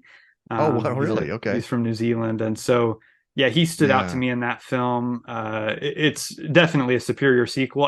I'm not a huge Deadpool fan. He's never Ah, been one of my favorites in the comics. I'm just not into that okay. kind of humor really. It's a Oh, little really? too Okay. raunchy for me.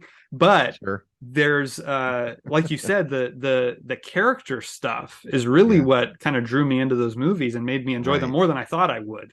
Yes. Because Ryan Reynolds really he was born to play this role. We all know this. I mean, Yeah. he's kind of this role in every movie. It's kind of a criticism he gets, but Right. he does so great with the comedy and but yeah, with the heart of the whole thing. And Mhm. you mentioned Cable. Josh Brolin is just fantastic in that role. One of my favorites from the comics. He's a great character. And Oh, yeah. Domino, Zazie Beetz, she does a great job in that role too. So yeah, it's just a lot of Yeah. fun. That sequel, like you said, I think it just everything the first movie does, which I think the first movie is just kind of okay. This one Oh, does better. And so yeah, yeah. this one I'm actually a pretty big fan of. Like you said, the action in it and everything is just really taken to the next level. So yeah, Yeah. great pick. All righty, moving on to my number four, which is going back to the X-Men, the Wolverine. Oh, okay. So I'm a huge fan of the Wolverine, Yeah, me especially too. after Me too. the massive disappointment of X-Men Origins Wolverine, which I See, I don't still like.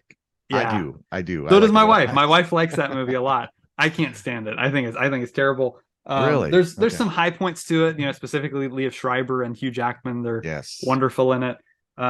Just the story. There's again, it felt too much like an X-Men movie. Like they're trying to put in so many mutant characters and like do so much Okay. with it, and I just felt like the Wolverine really. I mean, the title suggests it's all about him. It's really focusing in on Logan, Sure. and I like the time era we set it in because it's after X-Men 3. So it's kind of a sequel to X-Men 3. I kind of cheated and put it in there, considered a sequel to Wolverine, even though it's No, not I really. would count it like you did, like a sequel Yeah. to Wolverine. It's Yeah. part Mhm. two of the Wolverine trilogy, right? Sure. So, we find him after X-Men 3, the X-Men have disbanded and he's kind of just living in the woods on his own, kind of like an animal almost. Mhm. And then he gets kind of drawn back in to this Yeah. world of the Yakuza in Japan and an Mhm. old friend that he saved. We get that great flashback to World War II and the atomic bomb was dropped on Nagasaki, and that great sequence it opens the movie in a literally very explosive way. And really enjoy all that stuff. I like Yeah. the interplay with him, and her name is Ryla Fukushima, who Okay. plays a character called Yukio, who's kind of sent there to recruit him, and she's kind of this really cool character with this katana sword that she uses, and she's just a lot of fun. She brings a lot of humor to it. She's great in the Mhm. action sequences, and all the cast. Look, it's mostly set in Japan, so it's mostly Japanese cast. You got Hiroyuki Sanada, who's a great actor who's been in many movies. Tao Okamoto, who's great in the film as well. She's kind of the romantic interest. Will Yun Lee does a great job in kind of a supporting role. So just a great cast overall. We get brief appearances by Famke Janssen back as Jean Grey, kind of the ghost of her character, if you will, kind of haunting his dreams. And the way they utilize her is really great. I just think, I mean, this is Hugh Jackman's best role I think he's ever played. I think Yeah, it's the one that he'll be known for so long because he's been playing it for so long.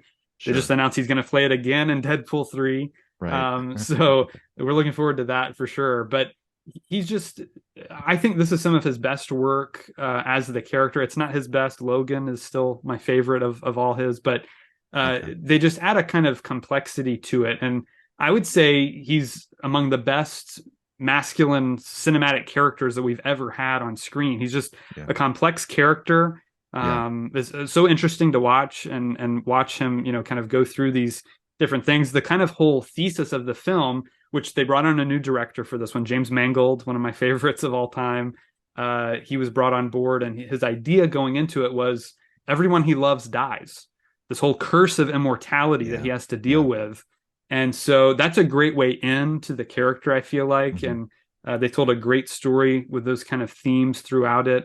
The Japanese setting is perfect because this character is very brash and kind of, you know, very No individualistic. filter. Yeah, he clashes with the society so much. You know, the Japanese Yeah. culture is Yeah. so respectful and all about honor and Yeah. all Yeah. this stuff, and he's just totally the opposite of all that stuff. So it's just great to see that clash, that kind of fish out of water kind of plot. Hmm. I really like that. So it's got all that going for it. It's got some great action sequences. I mean, we get, you know, him versus the Yakuza, like I said, at that funeral scene. Then we've got the bullet train sequence, which is amazing to watch. And then, you know, him versus the samurai and the ninjas at the end of the movie.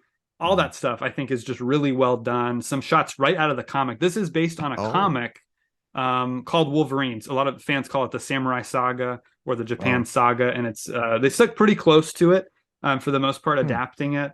And I thought they did a good job with that aspect of it. So just all in all, really, really enjoyable movie. It's got, you know, kind of deep themes to it, great emotional element as well, great performances all around, excellent direction, and a satisfying ending, which is something I'm looking for too. A lot of these sequels, some of these, they kind of have a cliffhanger ending, you know, setting up the third movie, you know, or something. This one doesn't Hmm. really have that. This one's just kind of, it's a self-contained story that you don't have to see Right. either of the other Wolverine movies. Really, you don't even have to see the X-Men movies to watch this and just Sure. have a good time with it. So yeah, had to mention the Wolverine. That's my number 4 pick. Yeah, it's a fantastic one. I like that one a lot. On to Bert, your number 4. What do you got? I got something a little controversial for you Oh, here. okay. I got Thor Dark World. Oh, interesting. Okay. Yeah. Okay, great. I've watched this a couple times in the last few months, and I just like it more and more Okay. when I see it. Okay. And this obviously is before Thor. This is the serious Thor, so it's before Right. Taika Waititi got a hold Right. of it and turned it into some terrific comedies that I love, Sure. actually. Sure. But it's like almost a different character, you know, in some Right. ways. I noticed more when I was watching it this time. But Yeah. I just really love you know, the relationship between Thor and Loki here. Loki to me Mm, is one of my favorite villains of all time. yeah. But there's a lot of things going on here. They have to work out issues like adoption, Mm, abandonment, loss, you know, because they lose their mother. hmm. And we actually get to see Loki fight in this film, which I like a Yeah. lot. The Right. action is just really good. There's this attack on the city Mm. fairly early Asgard. Yeah. on Asgard. Yeah. Yeah. Yeah. Sorry, not like you know, London. yeah, exactly. Right. Yeah. No, on yeah, the and it's just an incredible scene. It does borrow, I think, a lot from Star Wars, you know, with all the I don't know what the planes are called, the Yeah. spaceships that are flying in, Yeah. but it's still a great scene. With some really neat things here too. They do like the character Algrim, his I call it a power up. I don't know, where he like absorbs something that makes him sort of like turn into fire, and then he does just crazy stuff. That's Hmm. really cool. Yeah. And then they have these grenades that you throw them, and it sort of expands into a ball and just like wrecks people and then it shrinks them into nothing. Or I mean, it's just Right. so interesting stuff like that I Yeah. haven't seen anywhere else, you know. Right. Um, and but really, it's just I think it's underrated for how it deals with the relationships in the film, and the action is just really terrific. And they you know, there's a lot of different locales they go to. So just the more I watch this thing, the more I like it. It's probably not, it's probably 4.5. I don't know if I give it 5 stars, but yeah, I really like this film. Can't stop Cool. talking about it. No, that's great. That's great. Yeah, it's one for me that it ranks lower on my, Yeah. Marvel rankings, as we know. I think that has Yeah. some issues, but you bring up a lot of good points. I mean, the action in it is really um interesting to watch. It has some great visuals. As the title suggests, it is darker, it's got Mm-hmm. that kind of edge to it that the first one didn't have, and the later one certainly, went a totally different direction, like you said. So Yeah. I kind of like this. This is my favorite version of Thor. Like this kind of Yeah. he's like a Viking kind of warrior, Yeah. like we get that element of him that we kind of lose a little bit, I think, in the other ones. And so yeah, but all the things you mentioned, I really agree with. I mean, the Loki and Thor stuff is excellent. It really makes the movie work. The death of Frigga is a huge element of Yeah. it that's really impactful as well. Certain things I don't like, the way they utilize Natalie Portman, I wasn't a huge fan of. Thought they could have done a little better there. The villain, I just find him kind of one note. He's not Yes, very that's true. complex. He's like Yeah. just a big bad guy, to fight. With braided hair. So Yeah. right, right.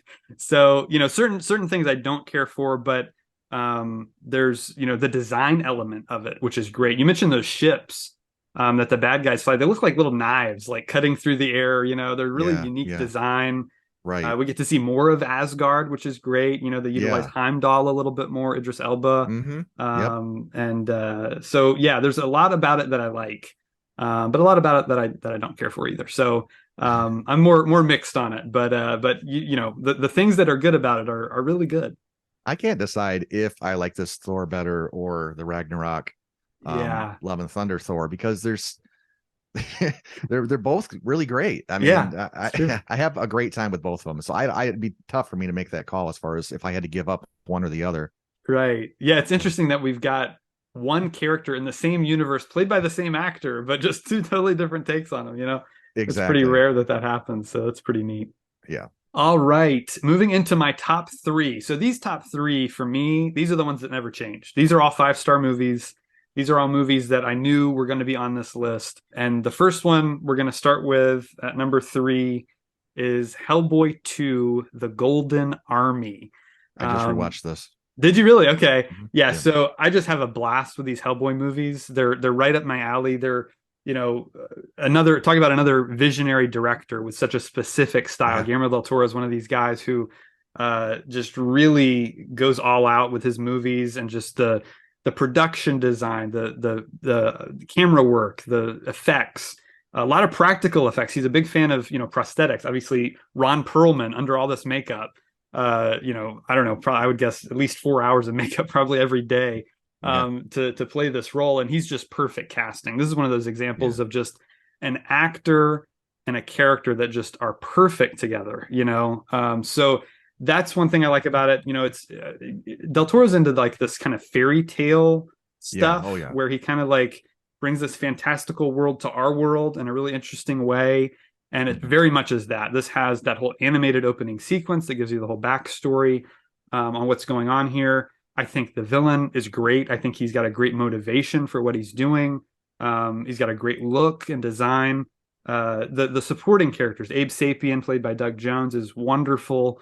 Selma Blair is great in the role as well, and John Hurt. I mean, there's so many great characters and actors in this movie that I just really like watching. It's got some thrilling action sequences throughout it that are just so much fun to watch. I mean, it's got the thing about it is, for a movie called Hellboy, you think it'd be the super dark, like depressing. It's kind of like silly. It's really funny. It is. Yeah. A Yeah. lot of it has that kind of very tongue-in-cheek style to it that, it doesn't take itself seriously at all. But the emotions there, the characters are there that you care about. Really, this movie, just for the visuals, it's one of those that I can watch with the sound off because it just looks great. Again, effects are pretty much seamless. A lot of the just camera movement, the cinematography is great, the lighting, the production design, every element of it, I just think comes together in a really great way. Great music. This is one of those Hmm. movies with some soundtracks and pop songs attached to it that I think are really well utilized and fun, and add to the kind of the relatability of these characters, these kind of otherworldly, bizarre creatures that they kind of make us, relate to, and they feel like real people. So that's Right. one thing that I think it achieves really well. That is kind of could be difficult to pull off for a lesser filmmaker. So yeah, Del Toro, I talk about him all the time. He's one of my favorite filmmakers, and this is Right. I think this is one of his best movies. I would put this probably in his top, definitely top five, maybe top four of his Okay. his entire filmography for me. It's a lot of fun. And I didn't come to these movies until later. I didn't watch these when they were in theaters. Yeah. First time I saw Hellboy was, I don't know, 3 maybe 4 years ago. It wasn't that Oh, wasn't okay. that long ago. So Yeah. Yeah. yeah, big fan. I've got both of them on 4K, and they both look great. I've watched them a number of times, and with the commentaries, which are a lot of fun to listen to his ramblings on the making of those movies. It's a lot of fun. Right. Well, I have a couple thoughts on it. I do really like Hellboy 2. I actually like it better than the first one. Mm-hmm. There's a couple things like Selma Blair. I'm just not a fan of hers. I Okay. don't Yeah. really think she's a very good actor. I don't mean to be mean, but I Sure. just for whatever reason I just don't. I mean, she does okay here, but I Yeah. just not a huge fan. And then I kind of was sad that David Hyde Pierce doesn't return as the voice of Oh Abe yeah. Sapien. Yeah. Although I'm There's not sure it mattered either way, but there's an interesting story behind that. is there? The Doug Jones plays him on set, right? So he's the guy in the prosthetics every Oh, day, right? so he did the voice the So second Doug, time. so this time they let him do Oh, the voice, uh-huh. and he wanted to in the original. Obviously, I mean, you're an actor on set every day. You kind of want to be fully credited for your performance. But they Yeah. thought, we need a name actor attached to this. That way we kind of are able to promote it better and that kind of thing. And Doug Jones has been interviewed about this. He's said David Hyde Pierce was very kind about the whole thing. He was I'm not, sure. Yeah. a mean guy or anything about No. it. And He's Niles after all. Come on. right, exactly. So yeah, so but yeah, when the second one it came time to make it, Del Toro was very much like, hey, we need Doug Jones to really play the role fully, and so that's why he Right. ended up voicing him as well. Sure. I'm But yeah, sure I there was could some see why there's maybe a disconnect there for you, yeah, not right. going A from one to little the bit. other.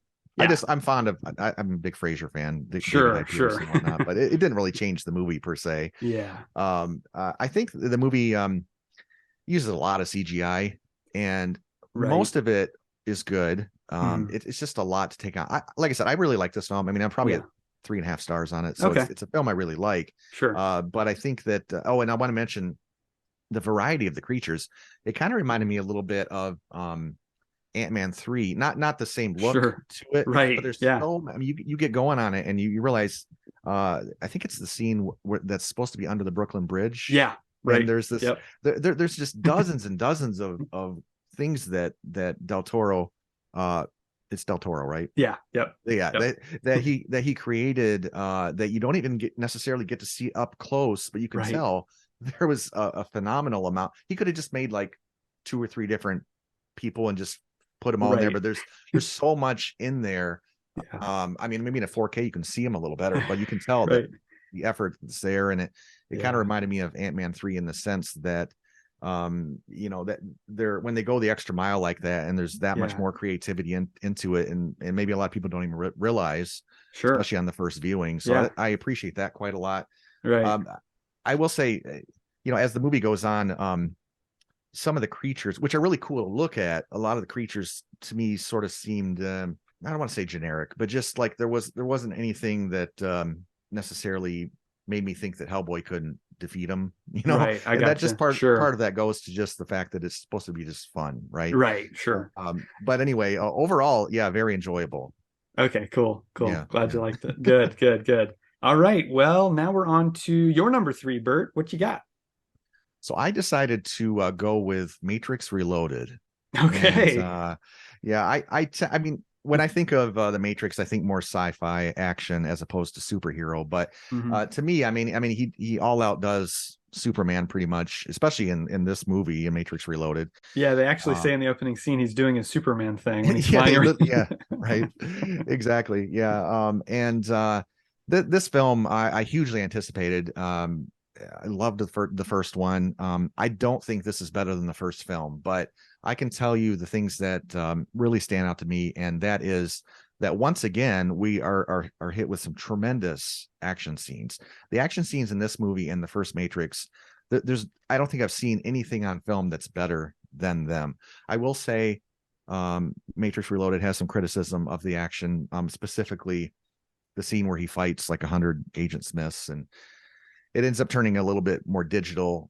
They had to do that to accomplish what they did, and my thought about that is that my defense of that, if you will, is that he's inside a computer simulation. So if it looks a bit video game like, he's sort of like the best video game player in in the world, Yeah, or whatnot. right. So to me, I didn't have a problem with it. I didn't even really notice it the first time I saw it. And Yeah, also, some people don't love a 7-minute fight scene, that just gets increasingly zanier.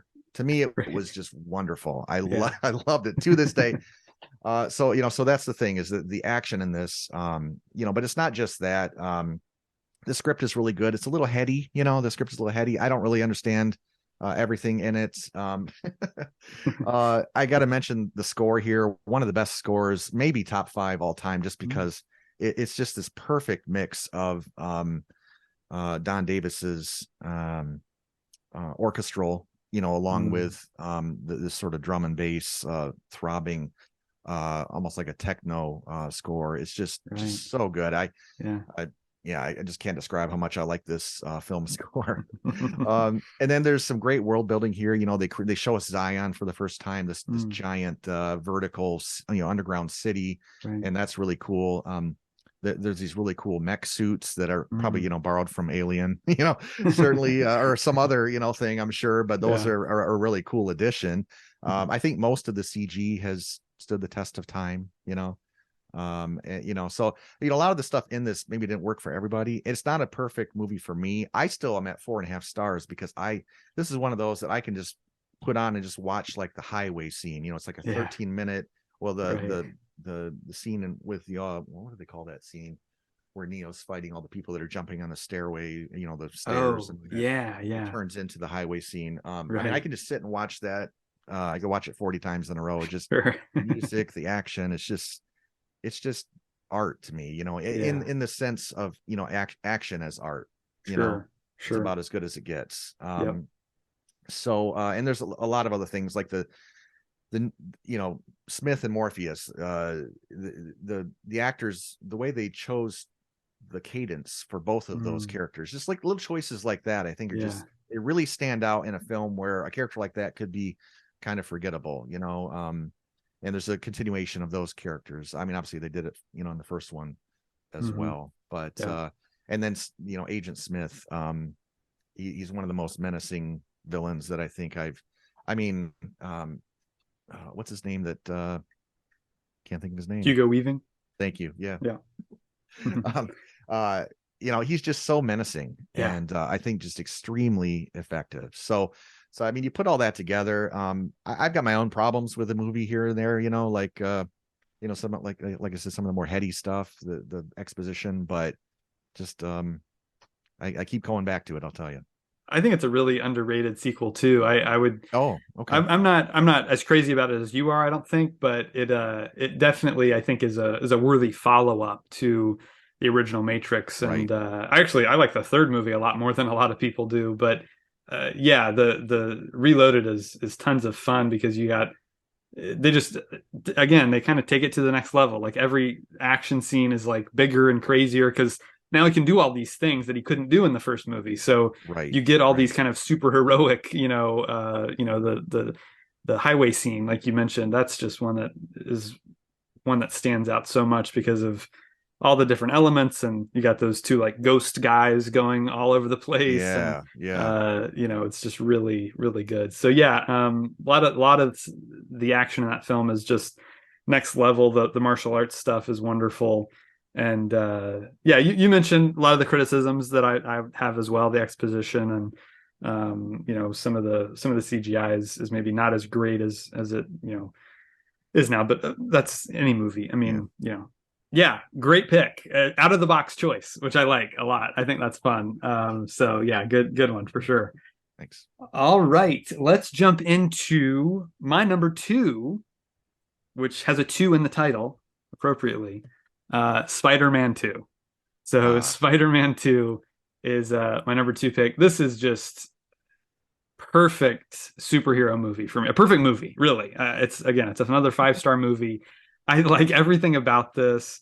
The story is so good. Like you mentioned a lot of it in your honorable mentions. It's just, it's less a superhero action movie and more of just kind of a drama yeah, almost yeah, about right. Peter Parker and what he's going Hmm. through in his life. He's Spider-Man now, but nothing's working out. It's like his life is just terrible. He's a pizza delivery guy that can't, he gets fired and And can I just um interject? There's got to yeah, be some other way he can make money. Come on. you would think. I mean, he's a brilliant Ultimate fighting kid, or something, right? He's done it but he's before. a college student, so he doesn't have a whole lot of experience yet. But Right. he just Tobey Maguire does a great job playing this. First of all, I think that's kind of an underrated performance. He's got to play a lot of different things. He's got to play into the kind of humor, but he can't overdo it because then it'll just seem like a Mhm. comedy. It's got the dramatic weight to it, but it's kind of fun, and the way Sam Raimi edits it is kind of perfect. Some of these moments just play so well. It's shot brilliantly. It's got another great Danny Elfman score, which is wonderful. He's got that great Spidey theme and Yeah. a lot of other stuff in there. Alfred Molina, I really like Alfred Molina because he's so different from Willem Dafoe. Like you said, he's not that menacing type of villain. He's really sympathetic. And that Um, helps the script a lot. Yeah, I mean, helps the plot a exactly. lot. Yeah. Mhm. Right. Yeah, because you've got um, Peter, who this is a mentor figure for him. This is like kind of a father figure in a way. He's like his hero, Right. and so he kind of has to face off against his hero. And when we first meet him, he's got Doc Ock has the kind of perfect work-life balance that Peter's seeking. Peter wants to have this Right. relationship, and he wants to have the science work, and the Spider-Man work, and all of it balanced really well. And Dr. Octavia seems to have all that, and it ends up taking a turn. But so all of that stuff plays really well. It's I talked a little bit at the beginning about what a good sequel should do, and it's really about kind of punishing your hero in a way and challenging your hero and ultimately fortifying your hero as he's doing the right thing because it's the right thing to do, and he's a Yeah. good guy, he's a hero. That's what heroism is all about, is the sacrifice and that kind of thing. So doing all that, it just makes him so relatable. I feel like this is the most relatable superhero movie character ever. um like you mentioned, the action, they kind of just upped the ante there. That train scene is just incredible. I think it's still to this day one of the best action scenes of any superhero movie, just the way they build the tension. And another thing Yeah. I like about this movie is the regular people we get to see in New York City. I feel Yeah. like a lot of Yeah. superhero movies, they don't really do that. Right. Right. And this movie, it shows that it's such an important part of Hmm. a hero is like how the people of the city treat him. Right. And Yeah. so I really like all of that stuff. Yeah. The effects, they do a pretty good job of blending the practical with the CGI. I think it's just got some great humor. Some of it was improvised on set, which is a lot of fun. Of course, Oh, you get that great Bruce Campbell cameo again as the usher in the theater. That's a lot of fun to see him pop up bouncer.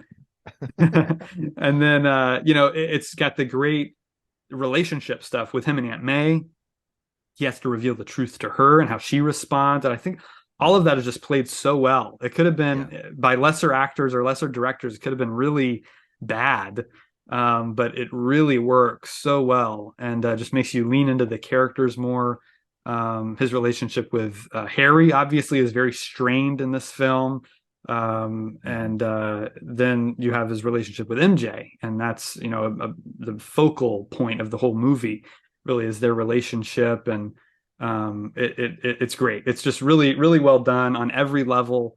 I could watch it over and over again. I have over the years. It's always been one of my favorites, and it still is. Yeah, Raimi, it's my favorite of all of his films. So my favorite Spider-Man movie. I mean, it's just Oh, great on every yeah. level. I think it just works. Ultimately by the end of the movie, Spider-Man's a better hero. He's more kind of has more resolve than ever before.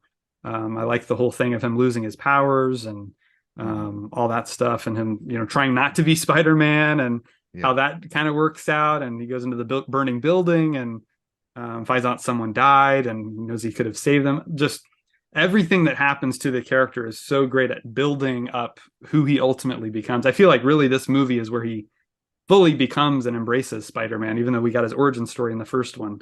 Yeah. This is about, him really kind of solidifying his position as the kind of hero of New York City. So, yeah, just a great movie all in all. And so, yeah, that's why it's at number two.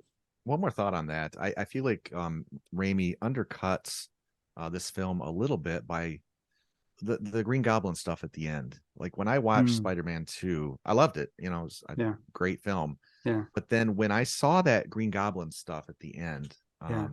my mind went back to, oh man, that first movie. Like I just that was what I went to, was like I didn't even think about the second movie at that point. I'm like, oh man, if we get more of the first movie, that's gonna be, Right. insane. And then to me, that first movie just carries with that villain and the origin story. That just really hits better for me. But they're both Gotcha. great films. So I mean, I Yeah. completely get it. Yeah. Right. Definitely. Yeah, both better than part three, that's for sure. I did like part three though. Did you? Yeah, I like a lot of it, but a lot Yeah. of it doesn't It's work not for me too. perfect. Yeah. Yeah. Alrighty, so that's my number two. Bert, what do you have at number two? Going with Batman versus Superman. Oh, okay, great. Hey, Mhm. well, that's my number one. Okay. So we can Okay. just both talk about it right now if you want Great. to. Great. Okay. Okay. Yeah. I mean, I'm a huge Batman fan. Yeah, Um, this film, it's magical how it ties in with Man of Steel, right? yeah, And that the opening scene actually obviously sort of rehashes some of young Bruce Wayne and what happened with his parents. right. And it's almost an unnecessary scene, but it's shot so beautifully, and the music, the theme by Hans Zimmer is incredible. I absolutely Yeah. love it. And it And then it does tie jumps. in to the Oh, end. sure, yeah, Right. yeah. But when then the scenes where Bruce Wayne is watching, is it Zod's ship? Yeah, Superman, Yeah, Zod, yeah, the whole battle yeah. of Metropolis. Yeah. Yep, and then you get his angle. It's Yeah. just so, I can't describe how magical that comes together. And It's it just lines up wonderful. so well. Like people have put it side Yeah, by side with the scenes from Man of Steel, and it's like right. flawless. It's really cool. You and I talked on the Facebook group a while back, a long time ago, about that, because I actually didn't think that was a thing. Like I thought that it was just shot separately and it didn't really regard the first film. And you or Yeah. somebody else said, well, actually, no, it lines up perfectly with it. And I'm Yeah. like, really? And Yeah. that one thing was a major reason why I went back to Man of Steel, and then now I'm a Right. huge Man of Steel fan. I mean, not Sure. just because of that, but just Yeah. Yeah. I just really appreciate that about it. Yeah. Right. Um, that scene though, specifically, I just want to talk a minute about, because when Ben Affleck's like driving around the streets and Right. that kind of thing. First of all, it's Detroit. I mean, it was filmed in Right. Detroit, and Yeah. there's a lot of recognizable streets and that kind of thing. So that's really cool Sure. to me. But it's what it evokes, and that when the building comes down, you got Oh that yeah. 9/11 imagery, Right. and everybody's running away from it, and he's running into it. Yeah. That right there, Yeah. that right there is Batman to me. That's Yeah. the epitome of Batman to me. Right. Right. Uh, Definitely. um, the film goes a lot of places. Obviously, it eventually ends up with the showdown between Batman and Superman, and it's so cool. Yeah. The things that Batman employs, and he's Right. so armored and scary by that point Right. that you really believe it. Yeah. Oh yeah. And of course, Cavill's great, and he's so stoic. I've used that Mm. word before with him in this Hmm. series. And it's perfect to offset Mm. the anger that Batman has at Right. that point, and rightfully so. Yeah. So those are just a couple parts of it that I like. This is another example of the film that I have some issues with it, but it's so good at what it does well that I'm probably 4.5 stars, but if not for Jesse Eisenberg, like sometimes it's good, his take on Lex, but it Right. almost feels more like he's going for the Joker type thing with Heath Mm, Ledger's Joker mm. than Lex Luthor, and there's times where it's almost a little bit cringy with Okay. some of his delivery of his dialogue. So that's one thing I don't love. The last act, with the giant monster, I think I like this scene. And then Wonder Woman kind of gets sort of wedged in, and she never got a proper intro, which obviously Marvel's guilty of that quite a lot too. And thankfully we didn't have to wait too long before she gets her movie. Mhm. But some of that I thought wasn't the greatest. I still like the scene though. I still like the action in it and Right. that kind of thing. Sure. CGI is pretty good. Yeah.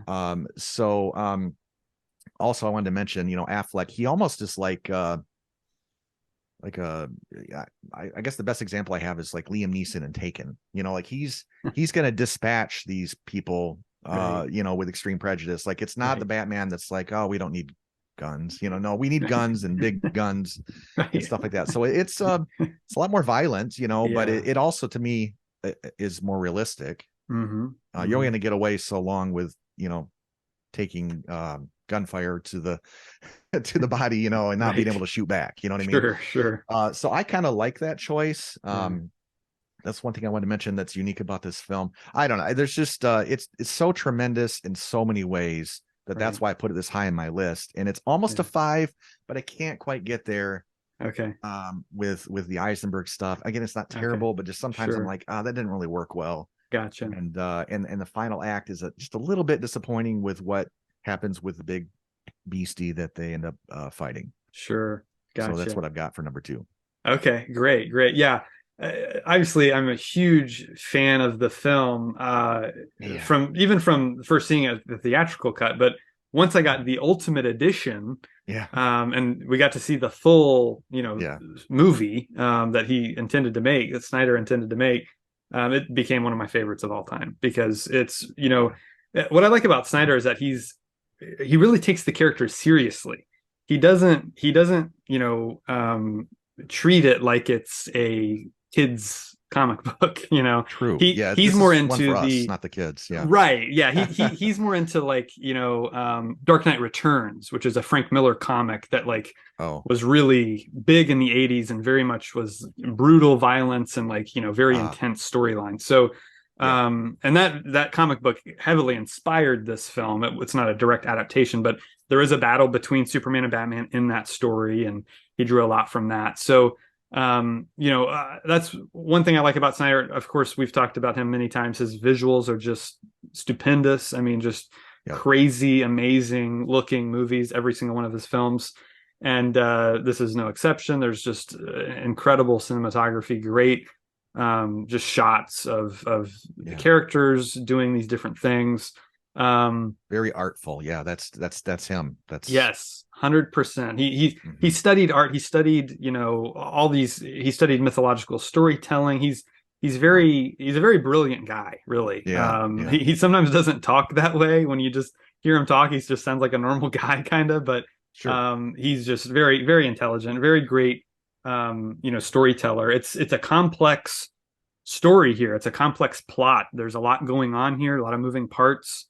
The whole plot of Lex Luthor, a lot of elements to it, that ultimately ends up in this battle of Batman fighting Superman. And he Yeah. really, the theme of the movie is fear, and how Lex Luthor uses fear to Hmm. manipulate people, right? All these Yeah. different Yeah. people that he's manipulating throughout the movie, specifically Batman. And that's the thing about it is, it's like you see the title and you're like, why would these two fight? These two are That's what heroes. I was Why are thinking. they Yeah. vital? But it's they come out with a great, compelling reason Yeah. for them to fight. I mean, like you mentioned, that opening scene of Bruce Wayne seeing all this destruction happen around him, his employees and his own building collapsing, and all of that stuff adds up, and it continues to build up to this ultimate battle that they have. So I think that stuff works exceedingly well.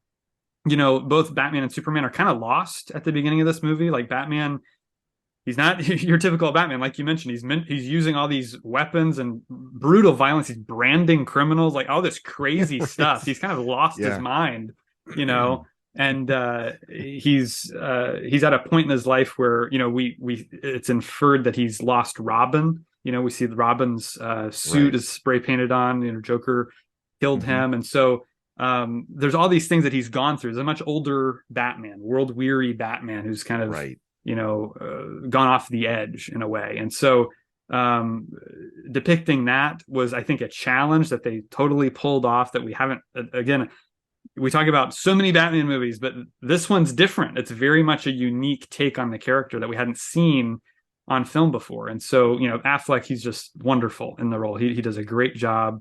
Yes. Looks great in the suit, all of it. Hmm. So him juxtaposed with Superman, who's kind of dealing with this existential crisis of what am I doing here? Why am I making a difference? Should I intervene in these situations? There's the kind of third character in the film is the media, right? And you have all these, montages of people discussing, what should Superman Yeah. do? What should he not do?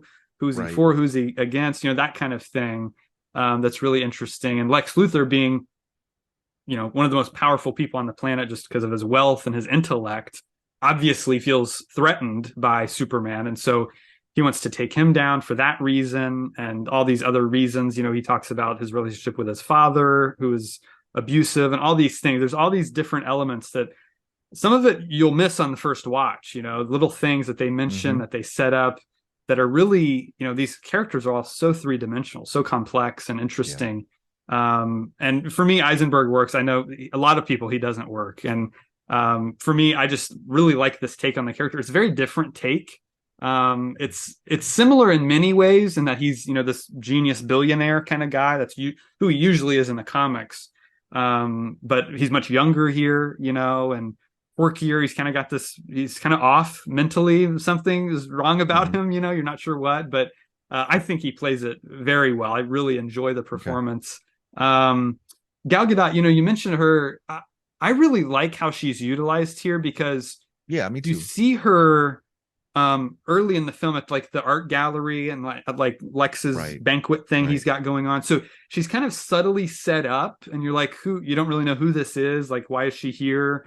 And then the reveal happens, and she's got that great Hans Zimmer theme that kicks in and all that. Yeah. So Yeah. I really like her role here. I thought it was a really great introduction. Yeah, I think The if she's not going to get her own film first, I like Right, what they did with it here. exactly. I just kind of feel like it's almost like she got slighted a little bit because Sure. yeah, She didn't have what's time to get her own movie first. right. Yeah, I see. I see what you mean. I see what But you I mean. do, I mean, yeah, it's excellent what she does in the film. Yeah. Right, right. Yeah. Amy Adams, of course, one of my favorite actresses Yeah. ever as Lois. She's kind of the heart of the movie. Her and Clark's relationship is just so great. You really Great get to know chemistry. them. What's that? Great chemistry. Yeah, they really do. They have great Mhm. chemistry throughout the whole film. And yeah, she does a wonderful job. All the Well, I action wanted to ask you sequences. something about Yeah, go that, ahead. if I can. Yeah. I really love the idea that when Lois Lane is in trouble, that she could be, the other side of the world, and Superman's gonna immediately Right. save her at the last second. Yes. That's tremendous stuff. So I what I agree. wondered though, is that in the comics? Is that where that idea comes from, or is that a Zack Snyderism? No, that's always in the comics. Yeah, whenever Really? Lois is in Okay. danger, Superman's always right there. So yeah, that's Okay. always been throughout all the comics, even the animated series, they always did that. Yeah. Okay. Yeah. Yeah. Yeah, he's got his like ear attuned to her voice Yeah. at all He's dialed times. in. He's dialed Right. into that. Right, right.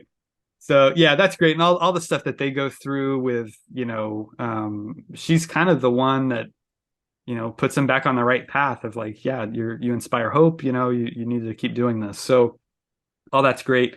I was going to mention the action sequences. They're so well shot. I mean, just really dynamic and interesting, and how he shoots everything.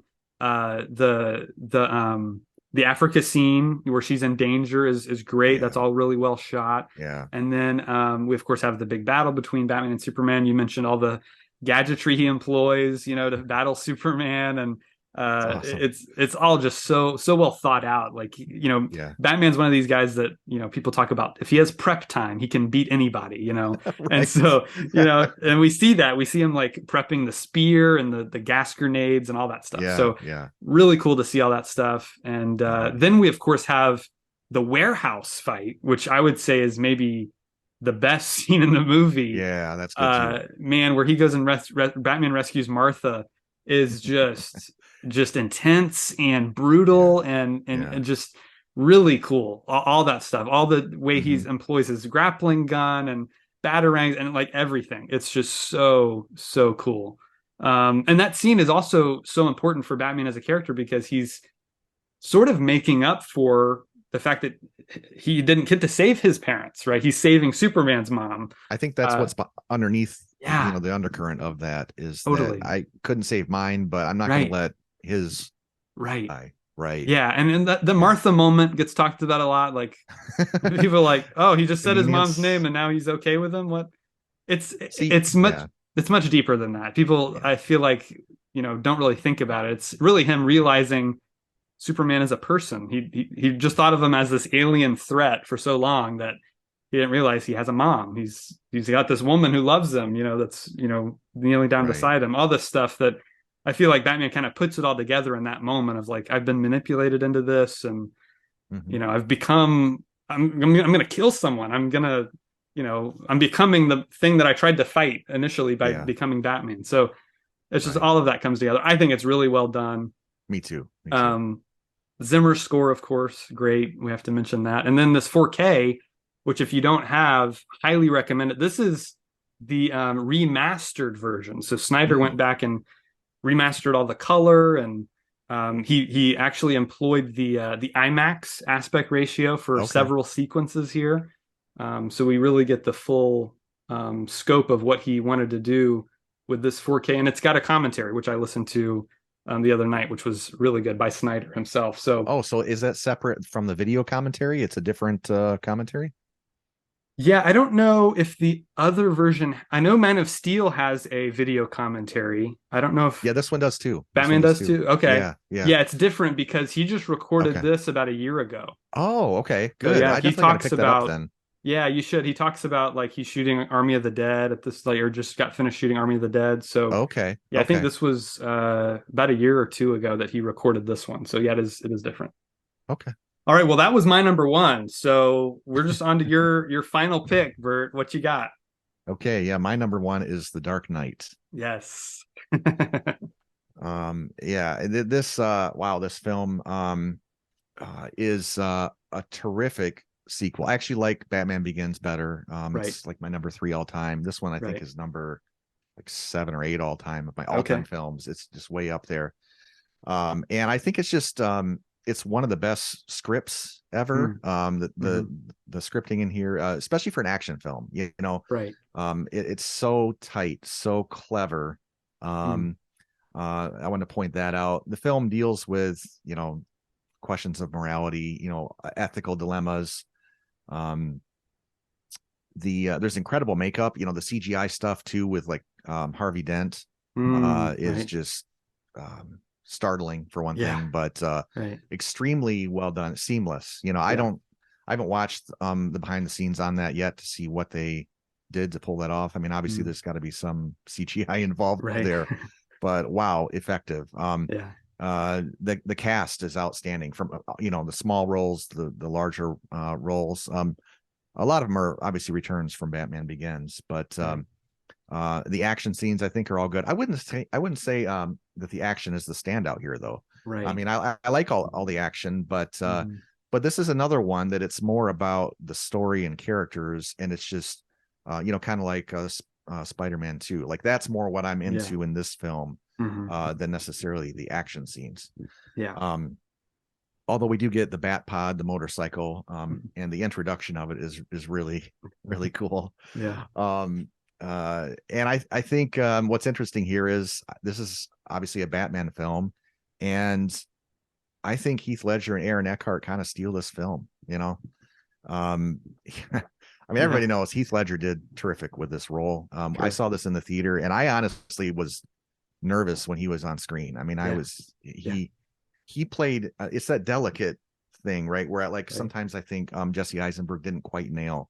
Where Mm, if you're gonna sort of play a little bit loony or crazy, like the Joker doesn't like to be called, but he's definitely crazy, without being cringy. You know, it's right, a sure, fine line, but it obviously definitely works right. with Heath Ledger. And then Aaron Eckhart too. I think that he doesn't get enough attention for his work in this. He's almost like a superhero himself, you know, with his role that he has Sure, without having any powers or you know the right, that kind of thing. But he's like the second Batman in this movie, really, with what he's right. trying to do. Hmm. Um, the score is really great, especially the Joker bits, you know, with the guitar that just constantly gets ratcheted up. You know Right. that's just demented and wonderful.